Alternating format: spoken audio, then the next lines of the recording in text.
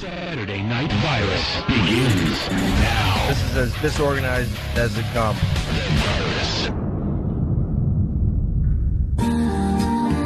And now, Uninformed with Bill Burr and Joe DeRosa. No reading, no research, just strong opinions.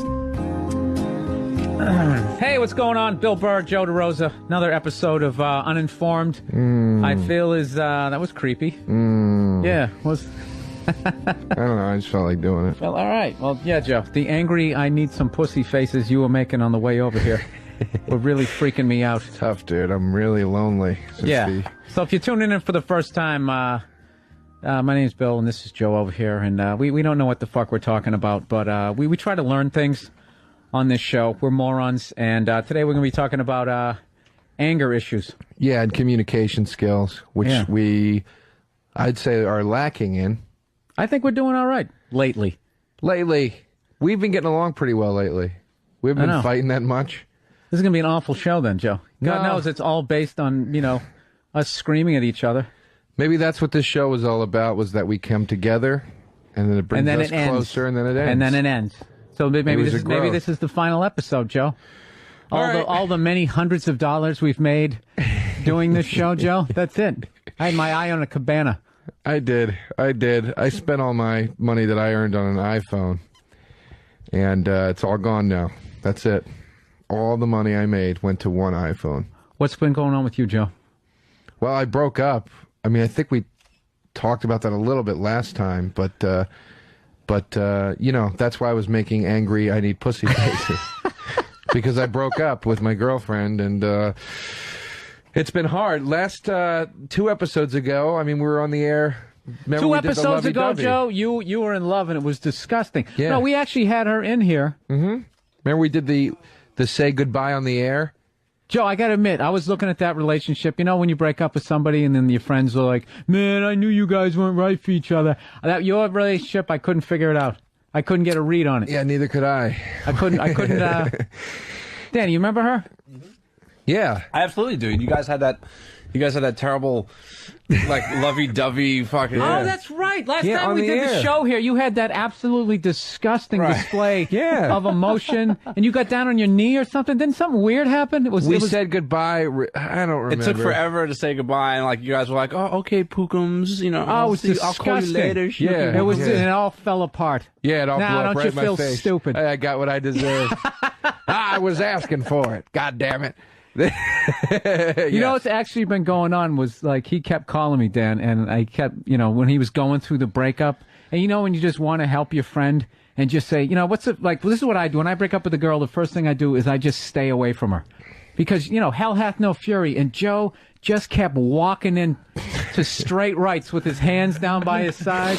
No, she just wants to talk, right? And then, like, 20 minutes later, he'd be calling me back, that fucking cunt! Just screaming his brains out. And there was no reasoning with him. I'm like, Joe, just stay away from her. Yeah, we were talking about it the other night, Danny, and I equated it to... Bill goes, dude, you just fucking, she's setting you up and you just put your face right into it, like you just said, straight rights, whatever. And I equated it to this fight I saw in grade school, the worst beating I ever saw a guy take. This kid, Greg, was a real douchebag in my grade school. These kids came to the playground one day to beat him up. And he was all tough, so, he's doing all bravado. And they go, yeah, go ahead, Murdoch. If you're so bad, make a move. And this kid, Greg, leans his face right in between the two kids and goes, go ahead. X marks the spot. And he drew an X on his chin. And literally, from the second the fucking sentence ended, he was just beaten mercilessly. Like, I don't think he got one shot in. But that's exactly what happened. Joe, I gotta admit, dude, it was tough to watch. It was tough to watch you just lose. I'm telling you, Joe, when I break up with a girl, okay, I cry in the fetal position for two days. I get it out of me, Yeah. Then I rub one out. I start to put the pieces back to bed. I drink a little bit, but you don't. I'm telling you, dude, every time you try to talk to them, they get your emotions going a little bit, and then they do that little stick it in you, Joe. Yeah. I engaged. That's the thing do not engage. So where you at with it right now? I We don't really speak. I think we're on good terms. Well, what happened, dude? But The last show, man. You guys look. I was like, man, this dude's. She's gonna be pregnant next time I come here. Yeah, you know, I was this close to not wearing a condom. No, asking her if maybe she wanted to move in together. Or whatever. I was like, really thought it was going in that direction. Thank God you didn't. I know, it would have been terrible. It would have been terrible. Yeah. But and then you got to break up, and then they're still there. Danny, you went through that shit, right? Yeah, I went through that for quite a long time. It was because like I wasn't about to, you know, kick my ex to the curb or anything, you know. So I mean, I was a nice guy about the whole situation, but she was living with me for.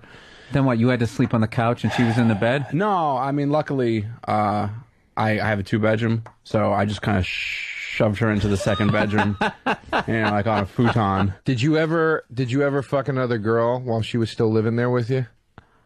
That's a yes. I'm trying to think. I mean, we were broken up at the time, so I mean, if she went, you know, like, you know, she worked a weird schedule, so that probably happened. You'd sneak her in like it was Children of Men. Well, you know, you gotta do what you gotta. I mean, we weren't fucking at the time, and I mean, you know, it's still my house. You know, I was paying the majority of the. When she moved her stuff into the other room, did you help her do it in this unbelievably awkward silence? No, like one day I just came home from work, and you know, she had already set everything up in there. In the other room. Like, what was I going to do? I wasn't going to kick her out or anything. Dude, I'm not saying you did anything wrong. I don't know how to finesse that situation. It was tough, man. It was really weird. It was really, really weird. How long did she live with you during that time? Dude, it's like going through a divorce. It's tough, man. I mean, we were together for a long time, too. So, I mean, we were together. Long? 11 years we were together. 11 years? Yeah. How many? Are you kidding me? How long into it before you wanted to get out?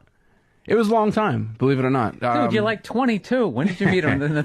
No, we met in high school. We met in high school, and we just started dating.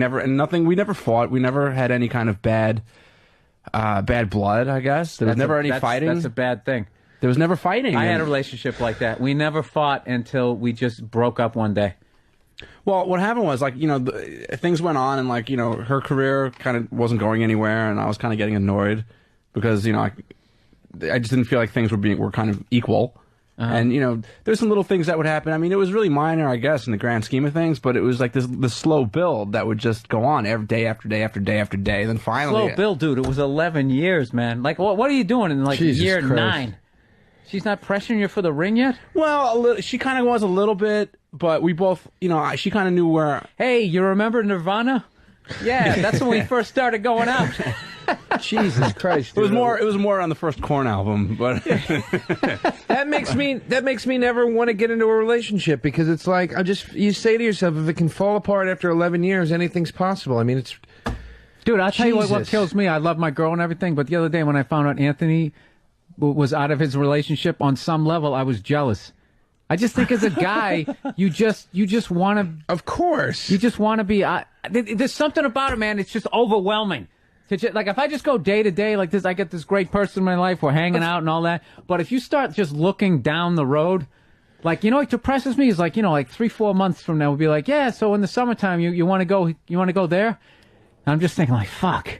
Well, you know what it is? You get so complacent with how everything is, and then you start to wonder, like, you know, you wake up and, you know, she made coffee and there's breakfast and you're watching TV and, you know, it's like 4 o'clock and you're watching your 3rd hour of a How It's Made marathon and you're like, is this the rest of my life? Yeah, it sucks. Like, yeah, when is it going to get better than this? Like, is this the happiest I'm going to be with this person? And it started to freak me out anyway, so I was like, I don't know what the fuck I'm doing anymore. But I'm telling you. So you grew your hair out and got a beret. Dude, I respect that.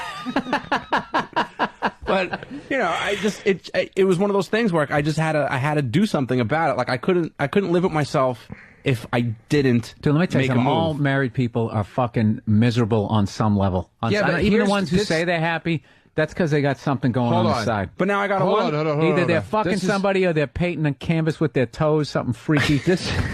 Some weird new habit. Look, it's immediate experience because I'm going through it right now. I felt the jealousy of the single men, and I felt the urge to be back out in the field and everything. But then, I'll tell you, dude, I've been single for like 2 months now, and I'm not enjoying it at all. I think relationship is way better. You pussy. No, it's not. You forget. I don't want to hear that joke. Come on, man. About all the dumb shit. You forget about all the dumb shit. You start talking to girls because you think they're hot. And the worst thing ever is when you get 2 minutes into the first conversation with a chick you meet at a bar, and you have that realization where you go, oh, This is why I dated my girlfriend for as long as I did, because of women like this that just suck.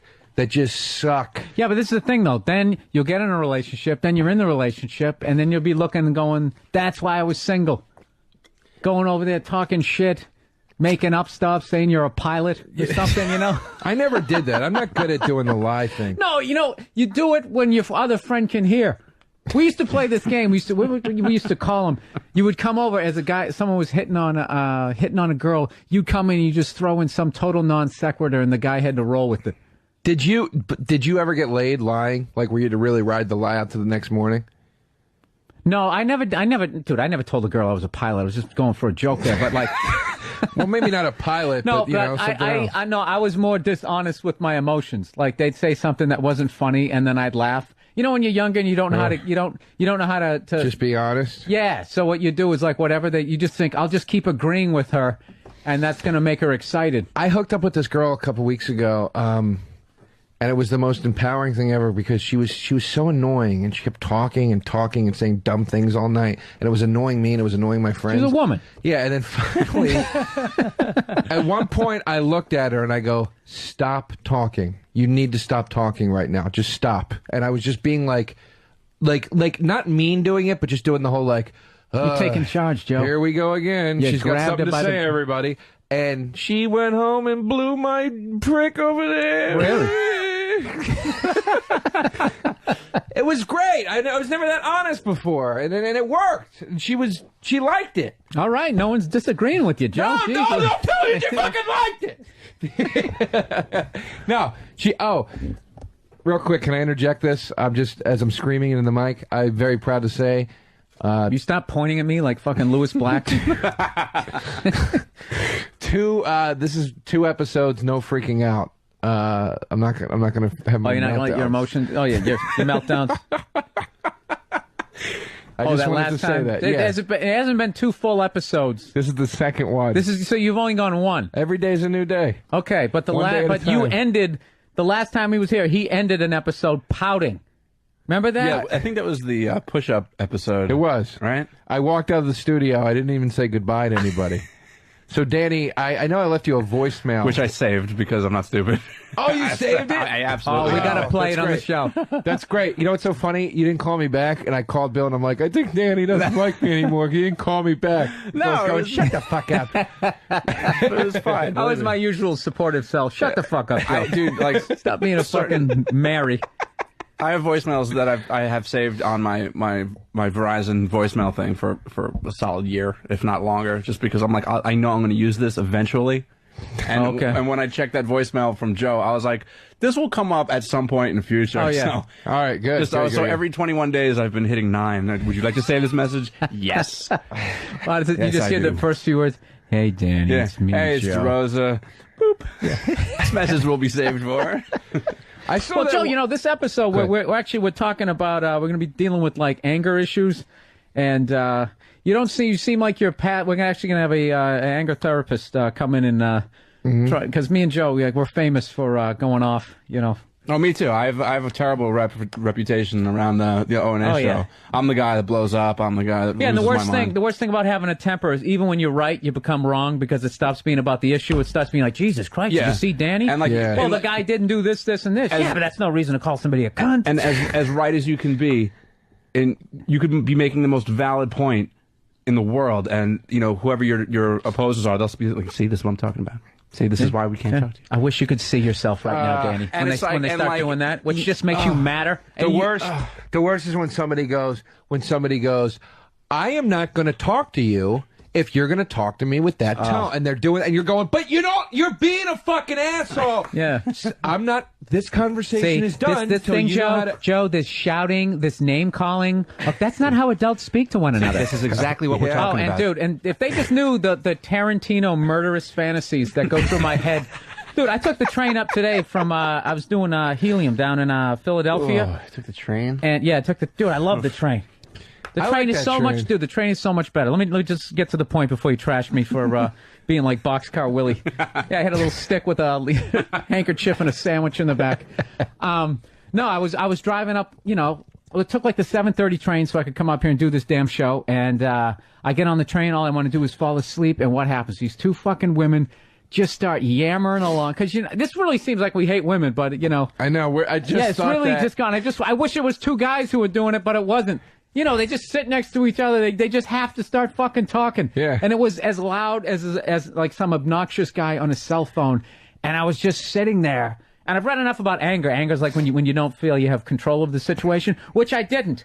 Because if I yell, but you two fucking assholes, shut the fuck up. Right. You ever think that it's 7:30 in the morning, somebody wants to fucking sleep? Do you notice you're the only two people blabbering away on this fucking train car? No, they don't give a shit. Exactly. But if I yelled that up, even though I'm right, and half the people there were thinking that shit, they'd be like, geez, well, you don't start yelling fuck on a train, then they throw me off in the middle of Jersey. Dude, I freaked out at Boston Market the other night. Am I allowed to say that on the air? Can I say that? Yeah. I freaked out at Boston Market. You're not saying you got salmonella there. No. I got raped at Boston Market. Yeah. And the manager cheered it on. Yeah. No. So I freaked out. I went into the Boston Market in Chelsea, and I go every time. Jeez, Joe. I like the cream spinach. No, I had to go for the cheap joke. Every time I go in there, it's the same thing. They're out of shit, So they're out of I literally do go for I love the cream spinach. It's awesome, right? So I go in, every time I go in, they're out of, okay. Dude, it's so good. Every time I go in, they're out of the cream spinach, and they're out of that dark meat. styrofoam tin. Dude, I'm telling you, it's good. Okay. They're out of dark meat and cream spinach, right? So I go in, and I go, and the lady, there's a huge line. I'm with like 4 other comics, and there's this big line, and the people in front of us are ordering, and I hear the guy go, sorry, we're out of dark meat. And I turn to my friends and I go, if this fucking kid tells me they're out of cream spinach, I'm going to go through the goddamn roof, right? So the guy orders something 10, else. 9, 8. The guy orders something else, and I hear the kid go, we're out of this. And I go, hey, man, why is there no cream spinach in that thing? Why don't I see any? And he goes, like, I'm in the middle of the line, and he's like... You didn't even order it first. Yeah, he's like looking at me like it's not even your turn. He's like, we're all out, man. And I was like, yeah, what else are you out of? Dark meat? And he goes, yeah. And I go, you realize it's Boston Market, right? You're supposed to have chicken. Why are you out of stuff? Go in the back and cook some more right now. And he goes, we about to close, man. And I go, no, you're not about to. It's 9:15. You don't close till 10 o'clock. You guys don't want to do your goddamn jobs, and you want to get out of here right at 10 o'clock. That's not how it works. There's 45 minutes. There's people here in line. People are hungry. Go in the back and make more cream spinach. There's enough people in line. We'll eat it. We'll eat everything you make. Right? And, dude, everybody in line it was really quiet, and I was like, oh, here we go. Like, I'm going to be the psycho. But then everybody in line started being like, yeah, I want some cream spinach. Jesus Christ, you got him going, all right. Yeah, and they went in and they made fucking cream spinach. Were you cursing at all? I think I said, like, goddamn. I don't think I said fuck or anything. I think that was the key. If you don't curse. Yeah. I wish that kid just took a fryer-later and just fucking dropped it right over your head. I never yell at those people. I never yell at those people, though. Why? The kid working the register. Well, don't start yelling at me like I work there, Joe. To be fair, I mean, that kid, he doesn't give a fuck. He does not give a shit. For what they're paying him, he doesn't give a fuck if there's cream spinach or not. He doesn't even care if they have fucking white meat chicken. You got to yell at the manager.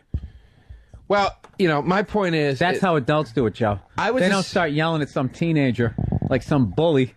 No, you scare the teenager, and then he goes and does it. What's the manager What do you think they did to that cream of spinach? Oh, God. Boogers. The amount of load that was in that spinach. Eye crust. Yeah. It was just being sprinkled. God only knows, man. God only knows. I didn't freak out, but I was at a Taco Bell like last week, and I ordered like some soft taco supremes or whatever, and the lady behind the counter, she's like, well, we're out of tomatoes. And I was like, well, okay, whatever, no big deal. And I sat down and I was eating my stupid tacos, and as everybody is ordering their shit, she keeps saying, I'm sorry, but we're out of tomatoes. And this wouldn't have been a problem, but there's a supermarket probably 35 feet down the block. It's like, well, fucking take $4 out of the register, buy 12 tomatoes. Dude, it's not a mom and pop. A mom and pop store would do that. Back in the day, they'd do that. They'd probably be growing tomatoes in the back of the fucking store. It was just mind-boggling. Like, I was there for a half hour, and everybody that ordered something that needed a tomato, she's like, I'm sorry, we're out of tomatoes. And it's just like, just go get a tomato. Dude, I've worked in delis and shit where the Coke fountain broke, the fountain soda. would break so that you couldn't give people, and they'd be like, here's $100, go to the supermarket, buy as many 2 liters as you can, come back, and then we have soda. It's like, now these are old person stories. You know, when I was a kid and I worked at a fast food place, you ran out of Coke, you went down the street and you bought a couple. It was none of this, we're out of tomatoes. You went out and you grew some. It was just, it was like infuriating. And this is why I don't talk to managers, because managers go, and this happened with me with T-Mobile. I pulled out of T-Mobile the other day. I've been with T-Mobile for 5 years, and I canceled my contract, everything the other day. And they're like, well, you're going to have to, I get so mad at them because they kept doing this thing. They kept going, long story short, they sold me a service, right? I renewed my contract for another 2 years because my contract was up for another 2 years based on this service. On my phone, the service didn't work at all. So now I'm sitting in my apartment a month later, I'm going, you know, the service sucks. This is the only reason I renewed with T-Mobile. God damn it, I got rid of my house phone, I got rid of all my stuff because they promised me that this would be some flawless, unlimited service, and it doesn't work. So I called T-Mobile, I explained to them, and they're doing this thing. They're going, wow, that's really unfortunate. Yeah, the connection's really bad. I can really not even hear you now, but we understand how upset you are and how bad this is. But you can hear them building up to the fucking butt. You know what I mean? It's like when you ask a chick out. Dude, I've been doing a bit. You're sweet. I think you're so fun and you're so cute. But I just think, you know, and I'm like, God damn it, man. And I go, the conversation ended, I go, you know what? You people fuck your customers out of your money, and you have no problem doing it. You have no problem selling services and products. Did you say you fucked them? Yeah. I go, they didn't hang up? No. I go, you have no problem selling services and products that are faulty to people that have been with you for 5 years. I'm done. I'm out. And they go, well, you're going to have to pay the $200. I go, I'm not paying it. I'm just not paying it. And they go, sir, we need to warn you that this could be a scar in your credit report. I was like, yeah, will it be? $200 for T-Mobile. You think I'm nervous? It will be. It will be, dude. I know Bally's tracked him down. That happened to me with Bally's. I know I'm going to have to pay this collection agency called me up, and they go like, you know, they you know, what did they do? They called me up and they were like, yeah, hi, this is so-and-so from the something collection agency. Just letting you know that we bought your debt from Bally's Total Fitness. I go, you did what? They go, we just bought your debt from Bally's Total Fitness. And I go, well, I don't know what the hell you did that for, right? Because I go, well, I didn't pay them. What the hell makes you think I'm going to pay you? I don't even know you. So we get into this whole thing, and she tried to scare the shit out of me that it was going to destroy my credit, but it did come up when I went to buy an apartment. Yeah, I had that. I had that. Apartment, right? Yeah, I did. But you know what else? Well, yeah, but I had actually, you know, I had money. It was one of those times when nobody had money or some shit. But you know something? I found out my credit, like, that's the only thing I've ever had a blemish on my credit was the Bally's Total Fitness. But I pay my credit cards off every month because I don't want to pay the interest. That actually goes against your credit. Yeah, well, because what the credit card reporting agency, they want to see that you could leave a balance because they want to be able to make money off of you. So if I'm considered an inactive member of society. That's how they word it. Even because you paid in full every month? Yeah. Right, because they don't make any money off him, so he's useless. They want to make the VIG. Dude, the Scumbags. It's total scumbags. Dude, all this fucking Illuminati shit, it all comes down to the bankers. Everybody's looking at the oil companies. They're tier 2. They're like, according to Jim, next to Friends. Friends is... Sorry, man, I needed an example. But, dude, I'm telling you, I think they're going to crash this economy. I think they're going to crash it. That's why I'm actually... The money I made selling... my awful T-shirts this weekend down in Philly, I'm going to go buy gold coins. I'm going to get a satchel. I'm going to get a fucking donkey. You're going to buy gold, like actual gold coin? Yeah, because I'm sitting here feeling like I'm okay because I'm in the market and I'm invested in gold. But I don't have it. I don't have it. You're 2 years away from being the guy that's got the bunker under his house. No, man, I want the secret floorboards. I'm going to have the survival suit. Yeah, and you'll be calling me, Joe. Will I be? I know. But Joe, seriously, man, if you don't take care of that T-Mobile thing, it's going to bite you in the ass. I'm telling you, man. It's not fair. They fucked me, and I'm like, I'm pissed off. No, that's not the way you go about it. But that's not how it works. It just doesn't work like that. You got to take them to small claims court. You have to do that. I had the same. They're going to say what they said to me on the phone. The buyer's remorse law says 14 days. My whole point was this, guys. Ethically, can you? I know you can waive this. I know that you have the ability to waive this. I'm 6 days past the cancellation thing that I didn't know about because they purposely don't tell you your grace period when they sell you the shit. They don't let you know. Just take them to court. What do you want? What do you legally they're right. Yeah, but whatever. Just have them have to have somebody down there. What's it going to cost you? Nothing. You represent yourself. You go down there. You try out a couple new bits. Your Honor, I always wanted to be that guy. Your Honor, I will be representing myself. Yeah, just be that the eccentric, ridiculous guy. I think every person at some point in their life should represent themselves during a trial. Yeah, well, why not? Not during a murder one, but during T-Mobile, who gives a fuck? Yeah, what's the worst? All they'll do is demand that I pay. Mr. DeRosa, you have waived your right for counsel. Is that true? Yes, I have. Yes, I have, Your Honor. Dude, then you just get one of them. You get one of them up on the stand from T-Mobile, and you get to call him a cunt in front of the whole room. And even if you lose, which I think you're gonna at that point, not only would you get to call them a cunt, you'd get to watch the judge slamming that hammer down. Order, order. I will hold you in contempt. That'd be great. That's funny, man. Let's do it. Let's do it. We'll film it. We'll actually add something to our website. Let's do it. Let's go Okay. down there and who do you think T-Mobile would send though? T-Mobile's going to send the some guy equivalent from of the cream who's from spinach India, kid. pretending his name is Steve. They're going to send the cream spinach kid. They're going to send some dipshit making $6 an hour.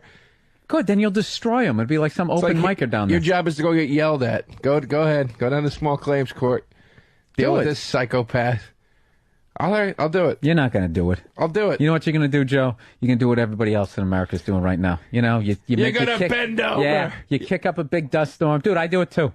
I do the same thing. I'm going to get right on the phone at the beginning of June and go, well, how much was that cancellation? You know what? $200. Whatever. I'm going to send it to you guys. Yeah. Whatever. Just put it behind me. I'll be happy. And you know what, Joe? It's just going to add to the pile of shit that you're pushing down, and someday it's going to make you snapping at Denny's. It's adding to the pile of shit that's going to make me eventually be up on that building we were looking at with a rifle. Dude, they're beyond assholes. I had problems with my cable since I've had it put in L.A. All right, I've had like fucking 2 technicians come out. This guy finally comes out 6 months later, and he like last week, and he basically says that the line from the street was installed improperly. He had to rip the whole fucking thing up. Yeah. I have it in writing. Okay, I still had to call back to try to get my discount. And they're like, "Well, we're not gonna give you a discount for 6 months." I'm like, what are you talking about? And I try to get the guy's name.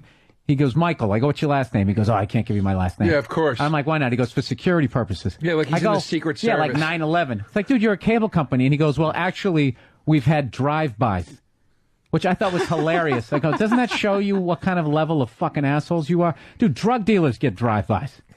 Dude, there's scumbags. That happened to me at the airport. Did I tell you what happened to me in Air Canada? This is just becoming a bitch fest this whole first hour. Good. Then I went to drive my cheese and crackers. I flew back on Air Canada when I was in Edmonton. So I get a midnight flight. Where the hell were you working up there? At the comic strip in Edmonton. You never did that club? In Edmonton? Yeah, Edmonton, Alberta. Oh, yeah, I did a run through the fucking Yukon territories. I figured I'd do Edmonton after that. You get off the plane, you get on a sled, 10 dogs. What does it look? Doesn't it just all look like New Hampshire?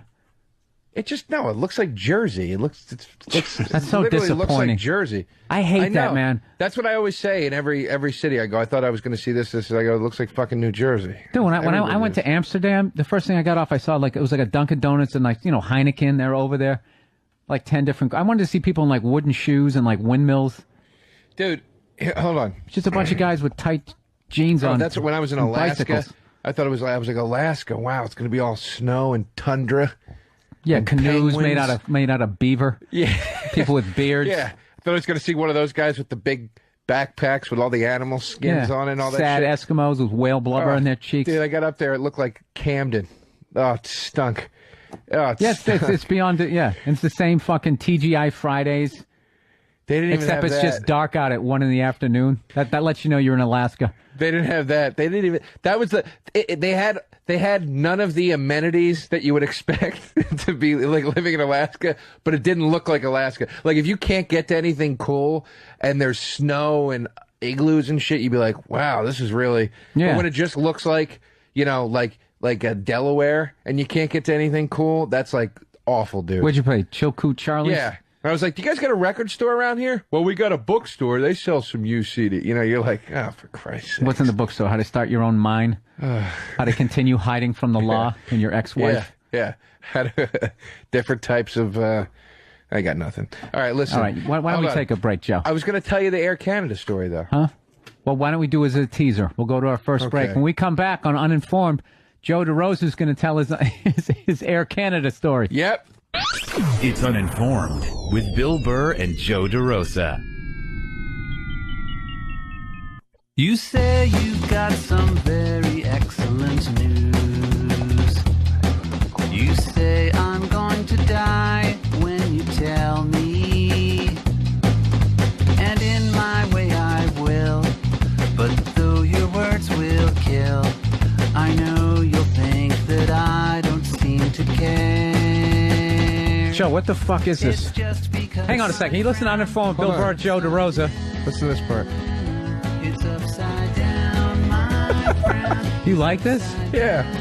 I know you hate it. Oh, I know you hate it. It's just shutting my brain off. Listen now. It's just so tender. I know you hate it. It's not tender. It's just it's hitting that sweet spot where my brain just stops vibrating and I can't think anymore. This is They Might Be Giants. They're one of my favorite bands. Actually, I don't kind of. There's a okay. Just please, for the love of God, bring it down. There's something about that it really didn't annoy me. I know you really wanted me to be annoyed. I did. I wanted you to hate it. No, it just hit that point of like, you know what? That's one of those songs, dude. If we were driving cross country and every morning you put that tape in and played that song, I would kill you by West Virginia. By Thursday. To be fair, though, I think as far as They Might Be Giants goes, that's a pretty tame. They Might Be Giants. Like, that's not bad. That's nowhere near annoying as some of the other songs I've heard from them. It's just so, like, it's the sentiment of it that I thought was going to bother him. It's just so sweet and like... Dude, I never listened to lyrics. I have no idea what that song was about. I always listen to the instruments. It's about how his frown is upside down. And he's smiling. Oh, good. I'm glad he's happy. No, this is good. We're talking about anger. Shut your mouth, Joe. We're talking about anger. Can I try to have some sort of semblance of a show here? Let me try to bookend here. We're talking about anger today on Uninformed and how to deal with it. And so far, all we've been doing is just bitching, talking about flipping out. Yeah, but this is the anger. Dude, I wanted to beat up a 4-year-old on a plane. Okay, let's get to your fucking story. Hold on, because we have an anger expert. Joe, I think Danny had an idea for a song that was going to piss you off. That's what I'm trying to say to tie in with the theme of the show here. Do you got one, Danny? Dude, I'm already a fucking pissed off guy. You don't need to have these romper room tunes to bring it out of me. Pull another one up. It's another They Might Be Giants. This is one that I recall being kind of annoying. Play it. I don't know. Maybe you guys might not. You guys might not think it's. Look, I love them. Don't alligator arm it. You know. I like this one. I'm thinking Nancy Sinatra. Little go-go boots. Just listen to the lyrics. I think the lyrics will annoy you. A little palm muted beginning. Okay.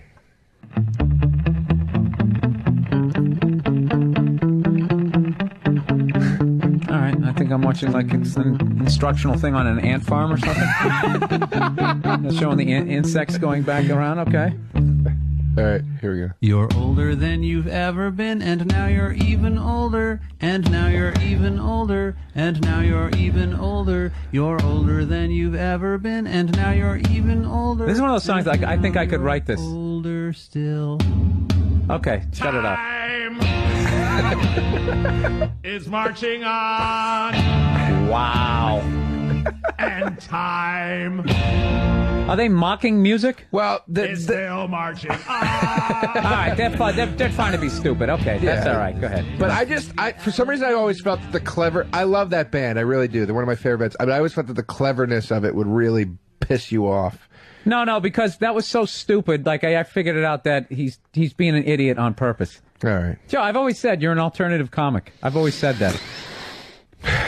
I like you, Bill. What is it? I don't know. It just sounded like something funny to say. No, that just sounded like something that I could write. Like this morning when you were watching Batman, the theme to the old Batman show. Yeah. Batman.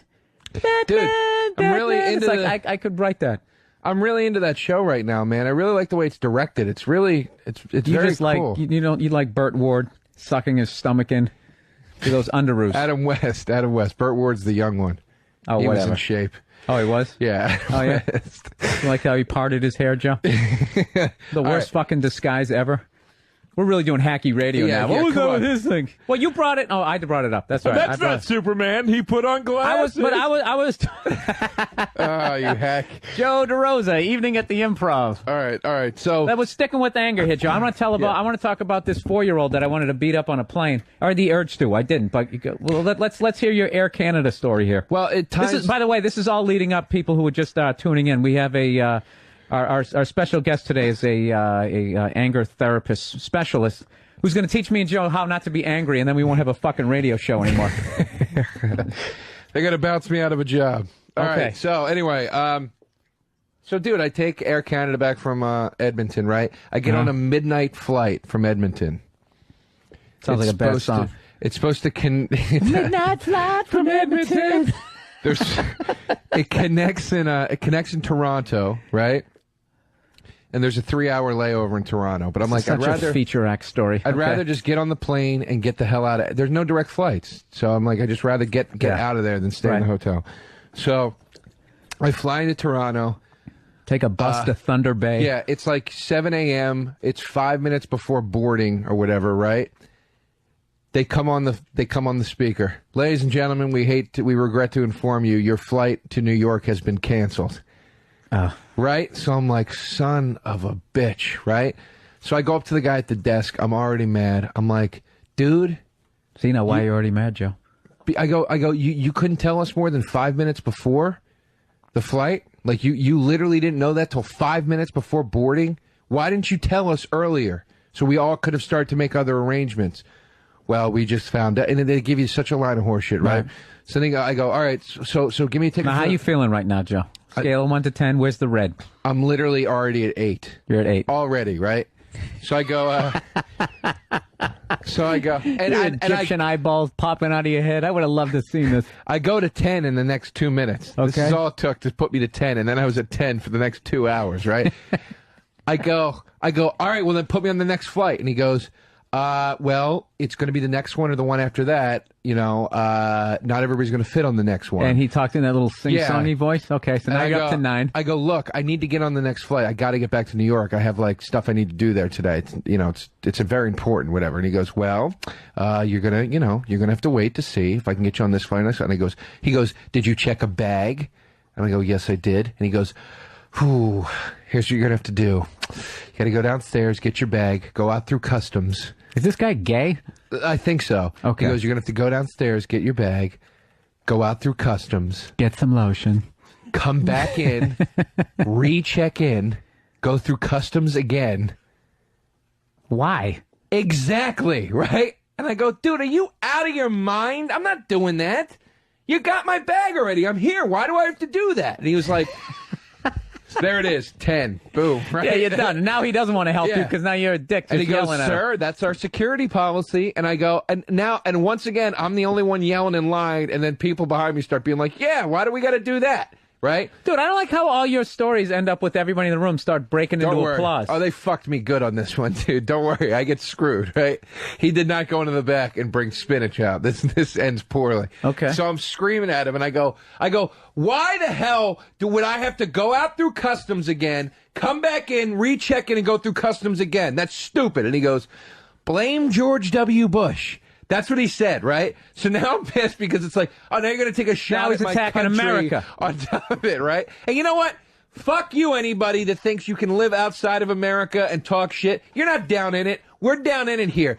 I can talk shit about my dad. You fucking we're can't. the ones complaining about cream spinach. You don't know what it's like. The fuck was that? I'm saying, like, I can... You know what? Now I'm glad this guy's making you. I'm on the side of the guy from Toronto. I'm saying I can say my dad's an idiot, but you can't say my dad's an idiot. It's one of I those see. things. It bothers me, right? So, dude, I go down to belt 10 to get my bag. Fucking bag's not there, right? It's not there, right? So You should have just said, I'm not doing it. So now I walk to the luggage thing, right? They wouldn't. I wasn't checked in until I did it. I had to do it. Or I Joe, wasn't you reach checked in. across and you take the little grab him wings by off his- of him, okay, on his lapel, and then you put it right up near his jugular. And then you start telling him what they're going to do. The next thing, they got my head pressed against Yeah, the counter. exactly. They, That was my action movie fantasy. so, dude, I go, my bag's not there. I go to the baggage claim office, right? Guy sitting behind the counter who literally is acting like he's high, right? Mm-hmm. And I'm like, can you tell me where the fuck my fucking bag is? Now I'm like really going. It's literally like planes, trains, and automobiles. Is right? it echoing in the big terminal? Yeah, people are looking at me, right? And he goes, sir, calm down. Calm down, all right? And I go, I'm not going to calm down. I got to go out through customs. I got to come back in. I got to get my goddamn bag. It's not there. I checked the goddamn bag again when I got here because your airline doesn't make any sense. It's in the goddamn... Why isn't it there? And he goes, walk back over. Have some patience. It'll be there. And I go, fine. I'll walk back over. It's not going to be there. I walk back over, of course. It's not there. Everybody gets their bag, right? Now I walk back to the guy. He sees me coming back, immediately picks up the phone. We have a lost bag because he knows now that it's lost, right? I'm screaming at this guy, right? And I go, where is my bag? I checked it here. It's got to be here, right? And he goes, I don't know. I called the baggage terminal. It's not there. It's not on the tarmac. It's not on the dolly that they bring it down to the tarmac on. I don't know where it is. And I go, let me tell you something, buddy. I go, get somebody on the fucking phone right now that can actually give me an answer, okay? I go, I really don't care for your potheady fucking, hey, bro, it's no big deal. Bullshit, you didn't say that. I swear to God. I go, I don't care for your potheady, hey, bro, it's no big deal. We'll figure it out when it happens, man. No stress. Fucking attitude you're giving me right now. So then, dude, how provocative is this, right? He gets on the phone and he just goes, yeah, John, I need you to come down here. This guy wants a manager because he needs definitive answers. That's what he said, right? And I go, wouldn't it be great if you allowed one murder? Yeah, and I go, who do I complain to? Who do I complain to? Somebody's giving me something for this. Somebody's compensating me, and he gives me like a piece of paper like this with like it's like for complaints and questions. Call this, and I go, you cry and throw it at him. Throw it back onto the desk at him, right? And I go, what is your name? And he goes, Michael. And he comes out. It's always Michael. Yeah, it's always fucking Michael. And then they can't give you the last name. He comes out from behind the desk, and I go, what's your last name? What is your last name? I'm literally like, I'm going to have your fucking badge. Yeah. You know, right? I go, what is your last name? You'll never search for lost luggage in this city again, buddy. I go, what's your last name? And he goes, that's all you get from me, bro. Michael. And he walks away. And as he was walking away, he goes, I'm out of here.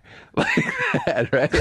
Did the studio audience start applauding at that point? Exactly. Oh, and they walk through that fucking door where they just disappear. Yeah, exactly. It's always one of those kitchen doors that kind of flaps back and forth. It's like the heart rate of your dream of getting your bag, and as it slowly stops, like that's where it ends. Like old-timey saloon doors. Yeah, there you go. Exactly. Thanks for rescuing me there. I really just had a brain cramp. I'm like, it's like I'm trying to do hand motions on the radio. Huh? You guys know what I'm talking about? Over there. So then that was it. So then they didn't find my bag. I had to. But my question is, a very nice man from Air Canada came to my aid and was like, "I'm really sorry." And then, did you play Mr. Nice Guy with the next guy? No. So Michael. Here's what I did. I went upstairs. Right? They go like he's fucking Clint Eastwood in those spaghetti westerns. He doesn't have a goddamn name. The manager came, right, finally, and he goes, dude, this is unacceptable. I'm sorry what you've been put through. He's like, look, you're booked on the next flight. You're on it, okay? He goes, so go upstairs. Your bag's going to get there, dude. It'll be there within an hour prior or after to you getting there. So just go. It's going to be fine. And so I go upstairs, and there's this lady behind the desk, and I go, yeah, I need to get on this. I need to check in for this flight. She goes, too late. You only have an hour. You got to be here an hour before the flight leaves in 45 minutes. I go, miss, put me on the goddamn flight right now. And she goes, too late. I go, you don't understand. Nobody said, watch your language. I go, you don't understand. I was kicked. They canceled the other flight. Now I'm put on this. You understand? And I start like screaming like that. She goes, all right, fine. And she's booking it, right? And then she goes, it's a little full. I don't know if you're going to get on. I go, I'm booked on the flight. They just told me I'm booked on the flight. And she goes, sir, you're on standby. Like, really, cunt? You're going to get an attitude with me because your fucking airline gave me faulty information? Just to feel the fucking right hook right across it, just feeling the jaw shatter. Yeah, I have that joke in my act where I say, and this was one of those moments where I go, I want to punch her in the fucking face. Right. And not just a normal punch. I want to do like the fucking Terminator punch where my fist goes through her head. Joe, in a perfect world. And comes out in a perfect world. I'm right there with you. I'm fucking right there with you. My friend in college used to tell me his hate fantasies. He said that Tarantino thing. Oh. And he would get so worked up. He goes, I got so mad. I fantasized that I took 2 knives, and I stabbed them so hard through the guy's chest that it stuck him to a wall. Another one he had, he goes, I got so angry, I fantasized that I reached into his throat and grabbed each one of his lungs and went, I just squished him. Oh, that's great. Dude, I have those all the time. What's the 4-year-old thing? Oh, dude, I'm sitting on the plane. I got the middle seat, so I'm already in a bad mood, right? And I'm sitting there. Of course, it's this big conspiracy about, somehow I had a window seat, and then, I don't go on the internet. I never do the internet thing, so the corporation's fucking me. So I already got that whole thing going on in my head. And I'm sitting in the middle seat, and of course, there's some fat fuck sitting next to me. His whole, what are those cookie batter ice creams? That stuff fat people eat? Yeah, where it's like, it's not good enough just to eat ice cream. They got to add another thing that makes you fat and mix it in there. Heath Bar Crunch. Those people. So his whole fucking late night snacks are just spilling. And you're one of those guys, you can't even put the fucking arm down, So he's literally taking 40% of my chair. So this lady comes down the aisle, and she's got this little toddler, 4 or 5 years old. Right. And it's obviously his first flight. And the kid is freaking out. He's like, they're doing this shit, and she's babying him. all right. Rather than being like, look, just shut up. You're gonna be fine. Whatever. Slap him in the head like they did back in the 70s, right? Pre-Oprah, before they turned everybody into a pussy, right? So she's going. She goes, okay, just sit by the window. I don't want to sit by the window. You sit by the window. So she sits by the window, gives into that. So that takes the anger up another notch. And then he's sitting there and he's going, hold me. Literally saying, hold me. So she holds him and he's going, hold me tighter. Hold me tighter. We're just fucking sitting there, right? So I'm terrified of flying, Joe. At this point, I'm like praying for turbulence on my own flight. Like, I literally want, like, everything but the fucking wings to snap off. I want this kid, like, I literally, dude, I wanted to reach over the seat. Like, I'm thinking, what if I just pile drive punched him on the... I really wanted? I just wished his mother would look the other way and I somehow had, like, a devil mask. I could just stick my head between the seats and just scare the shit out of him. I fucking hated this kid. Like, I've never hated anything in my life. But where I've gotten with my anger now is I've actually been able, I've started to write about it, where I can actually now, as I'm getting angry, I still get angry, but now I watch myself just going, oh, look at me. Here I am saying cunt again. What? But I don't know. I don't know how to stop it. Dude, I was doing a show last night.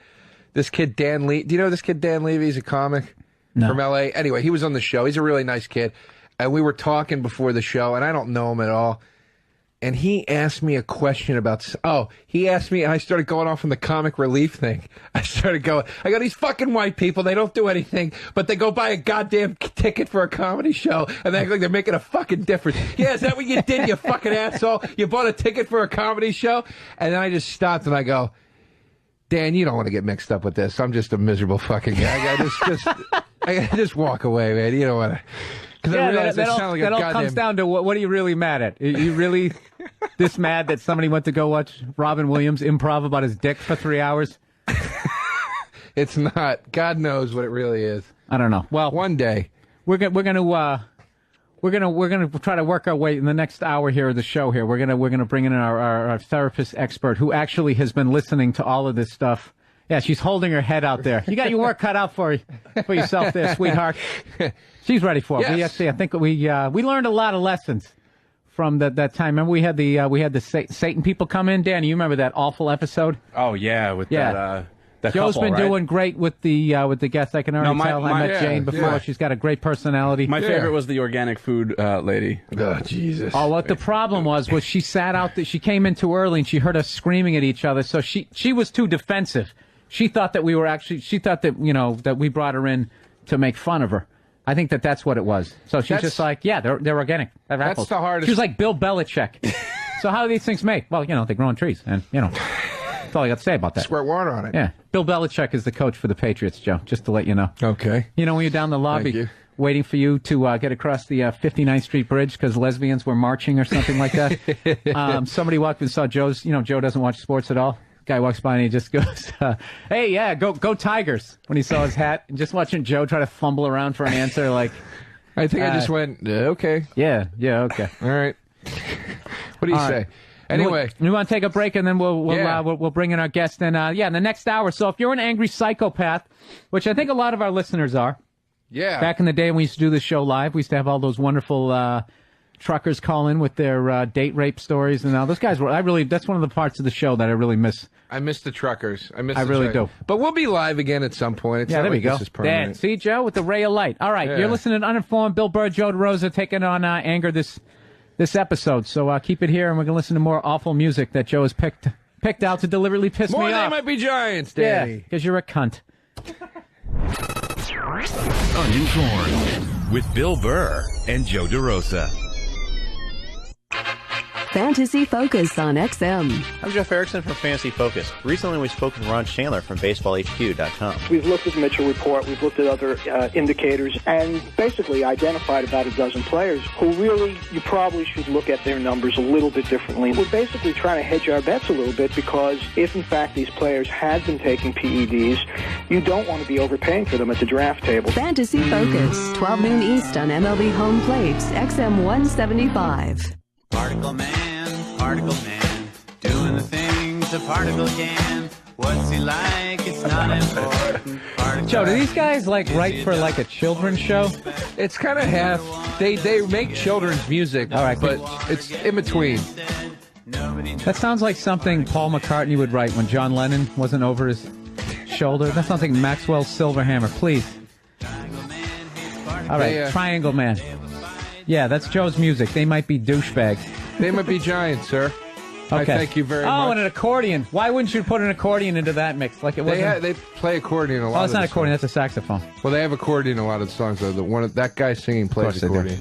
Just bring it down. And what? All hipsters in Brooklyn love it. No, because they sold out, man. Oh, why? What? Because They went to a major label. They sold out. Okay. Yeah, I know. They're awful. Well, anyways, I apologize to anybody who just turned on the show and had to listen to that awful music selected by Joe deliberately to try to piss me off and make me more angry. But it fits in with the show. It does. Because we are discussing anger on this show, and I think we let out a lot of it. Joe talking about wanting to murder everybody at the in Canada, I believe, or the Greater Toronto area, and I wanted to beat up a 4-year-old. That was the first hour. So, what better time than to bring in our anger therapist during our second hour, where we try to become informed on this show. Actually, we're pleased to bring in Jane Burbank, who actually, listen to these credits, Joe. All right, this is no Evening at the Improv stuff, okay? She has a master's in social work from the New York University. Mm-hmm. You ever bang abroad down there, That's Joe? NYU over there. Yeah, and a BA, which is a, what is that, Bachelor's of... Arts. Arts. Sound bad, right? Yes. Okay. Look at you. Yeah. Waiting to see what he came up with. Bachelor's... See, she's already against me. Bachelor's of Arts in Music and the Voice from SUNY Empire State College. Where is that SUNY at? I probably did stand up there. I probably bombed in the cafeteria. That one's here, in the Empire State. Oh, Empire State. That's that's New York, that though, would right? be New York. Well, it's New York State, but I was here, in New York City. Oh, it's you were in in the New York city. City. Oh, Yeah. okay. I thought she was trying to pull a fast one. You know, like people who, when they're not in Manhattan, they try to act like, New Rochelle. Well, I mean, yeah. And you try to say it's upstate New York, they got all offended. Yeah. Well, it's not upstate. It's Westchester. Upstate is Albany. All right, so you actually, because we started our show late because they were having, what happened? The German parade? No, What's it's going on? it's like some kind of bike run is going on, and Second Avenue. Joe, you believe in this, by the way? Second Avenue bike run. Yeah, the second annual Jaeger shots till 4 in the morning. Dude, if I was up all night doing shots and drinking, I would totally tell you. I wish I was up all night. Why are you doing the Sharon Stone right now? I'd have to be pretty foolish to commit a murder and then write a book about it. I went home. I was home yesterday by 1 o'clock and watched Mission Impossible 2 on TBS. You do look fresh. You do look fresh right now. He does. He's got a nice T-shirt on. He looks like he just painted something I in wanted Italy. to go out. There is a bike thing There's today. a fucking bike thing going But on. they weren't running, they were biking. They were biking. Traffic's backed up. Traffic is backed up probably onto the LIE to Hey, get Danny, over how about the this? fucking I'm a little 59th sick Street and Bridge. tired of your there was a parade excuse, okay? Well, You used to- stop pre-recording you your used to- shows on a Sunday when fucking... See? Get the anger out. See, there's another guy you can talk to. The only All right. day where it's acceptable to shut fucking half the city down is a Sunday. It's just like, you guys live here. Oh, yeah, let me just... Did you want to run him over? Did you want to run him over in your car? Wouldn't that be great? Why, They got helmets. everybody! They got helmets on. I was screaming. I had the windows down. I was screaming. What the fuck? And everybody's Exactly. looking at me like, hey, I'm stuck in this too, buddy. Did it help?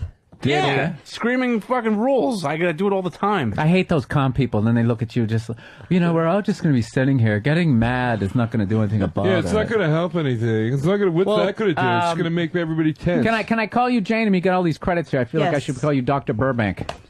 That was my father. Oh, Call me Dr. Jane. Joyce Brothers. We'll give it a little sort of. Yeah, So something okay. other. So I saw you were making notes as me and Joe were talking about Lots of notes, stabbing yeah. toddlers. Okay, how would you grade our anger?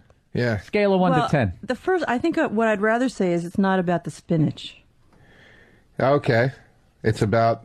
Is that the title of your new Look book? at that, dead silent. Did you see that? That should be the dead title. Silent. There was a moment of That should be the title of your new book. It's not about the spinach. Not about the yeah. spinach. Right back Yeah. to she's not that into you. you wouldn't have to do this little rinky-dink show. Okay. So what's it about? Yeah. Well, you tell me. I mean, ever since you had this breakup, you had a big, huge argument with T-Mobile, and you're going to court, maybe. I love this. She's going to Actually, get think it's into a your good idea. skeletons. Well, that stuff was happening before the breakup too. You think so? But it's been. I think it was definitely a little bit worse after the breakup. And do you go to Boston Market when you're in a relationship, or? I love Boston Market. But you go with. Tell us about the person. lambs, Clarice. Oh no! It wasn't like this. That would have been funny if I broke down. Give me the fucking spin. This is our spot.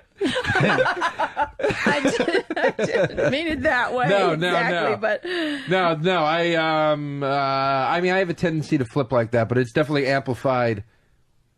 It's worse when something like a breakup is happening. Were you ever molested? Can I help? not that okay, way. all right, I won't. Okay. Not that I don't way. think so. No. All right, no. sorry. Airline pilot's okay, but the molestation part, Okay. no. I was actually thinking the two of you are kind of like alter, egos. Yeah, I'm cool. He's sort of high strung. He's the outwardly sensitive one, Yes. and you're the Yeah, he has had meltdowns on this show. you're the hidden sensitive one. Yes. I don't like this. She's seeing through the screen. I don't like this. This is creeping me She out. saw right through it. Listen, Jesus. Jane, thanks for coming to the show. It's been a pleasure. She got right Wow, in there. she's really good. She's in there. I don't like it. You know what's funny too? Bill and I will fight, and I'll get in the fight. I'll get really sensitive, and it pisses me and off. he gets really angry. But then after the fight, watching him try to be sensitive and make up, you could tell he's like uncomfortable. He'll be like, "Hey, dude, sorry, you're one of my friends, man. I really He like just you." has these really soft piano playing hands, and you go to shake him, and it just makes you feel creepy. But you do go to touch them. Huh? What are you saying? I'm gay now? I didn't say anything like that. She's saying you want contact. I didn't go to Bill. touch him. I went to shake his hand. See, now you're getting. You see, you were in. You were in, and now the deflector shields just went back up again. I was in. I see that, but I expected that to happen with you. A little bit. Anybody The can say that deflector afterwards. shields. Dude, I knew the Patriots were going to lose the Super Bowl. Dude, I called it. No, you're right. But You're right. listening to the three of you talk, I was thinking a lot about how men communicate somewhat differently than women. Okay. Okay, so how is that? You guys all look at the facts, what seem to be the facts, rather than what the feelings might be, your own, which you often say is anger, and then Right. Rather So than what is the better way to look at it? look at the way you said it. Are you a little angry with me right now? No, that was. You know what's so funny? This is. I swear to God, this is how angry a person I am. That I'm so angry that even when I have other emotions, it still sounds like anger. That was me being fascinated. Like, You know what I think So it is, what's- though? It's defensive. I always call. I think it's the East Coast accent. I call it asshole tone. Like you just sound. Like I have a lot of times people come up to me and like I think I'm in a great mood and people look at me like, "What's the matter? You okay? Is everything okay?" You're like, get "Yeah, I'm that. fine. What the fuck?" I get that all the time. You just no. It's more defensiveness. I think you're right in there waiting for somebody to bonk you over the head. No. Yeah. We. Ah oui, monsieur. Yeah. Well, I mean, yeah, that's kind of how. Jesus Christ, you're just going to get me talking about my childhood. Yeah, that's how it was growing up. Yeah, people, you So tell didn't me- have you got the shit kicked out of you, so. Well, that was kind of interesting. I thought when you were talking about being on the plane, and you you she's notice going deep, man. She's going deep. you notice yourself getting angry, and you kind of go outside yourself and observe yourself from the outside. I gotta know. I'm not trying to be a jerk. I'm just being honest. Your calm tone is annoying me right now. I'm just being honest with you. It's just like I get like Defensive and scared. Yeah, any sort of like, Bill, why were you? I just feel like you're going to put a roofie in my drink right now. Yes, see the defensiveness. I am. I'm a defensive psychopath. But let's get back to Joe. But the thing is, you know, the two of you seem, but actually all of you seem to have great affection for each other. That comes out even in the way you talk to each other. Sure. Yeah. But I haven't heard you have an argument. Yeah, but did you notice how he couldn't look at me when he said that? See, so he's just as bad as I am. He's looking at you now. But I'm not going to look at him. You're looking at me. You're safe. Afraid of me. In my defense, I do have guy friends where I could look at them and be like, I love you, dude, but I know that would make you feel uncomfortable, so I don't. But then, no, the only way for me to I can't even say it. What I would have to, it would have to be buried in the middle. Yeah. Of a bunch of stuff. Dude. Things are going to rain today. Yeah, I love Joe. And I think we got... Like, rip his lungs out. I really care about you. Rip his lungs out. Yeah. I swear to God. I love you fucking cunt. Like, that's safe for me. Can I tell you something, dude? No one knows if it's what you mean. Yeah. He knows what I mean.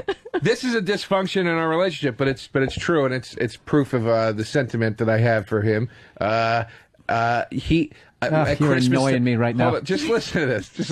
At Christmas time, we were doing shows together, and he gave me this AC/DC box set because we're big AC/DC fans. Mm-hmm. And I gave him this All in the Family box set because we always joke about it, and this other movie.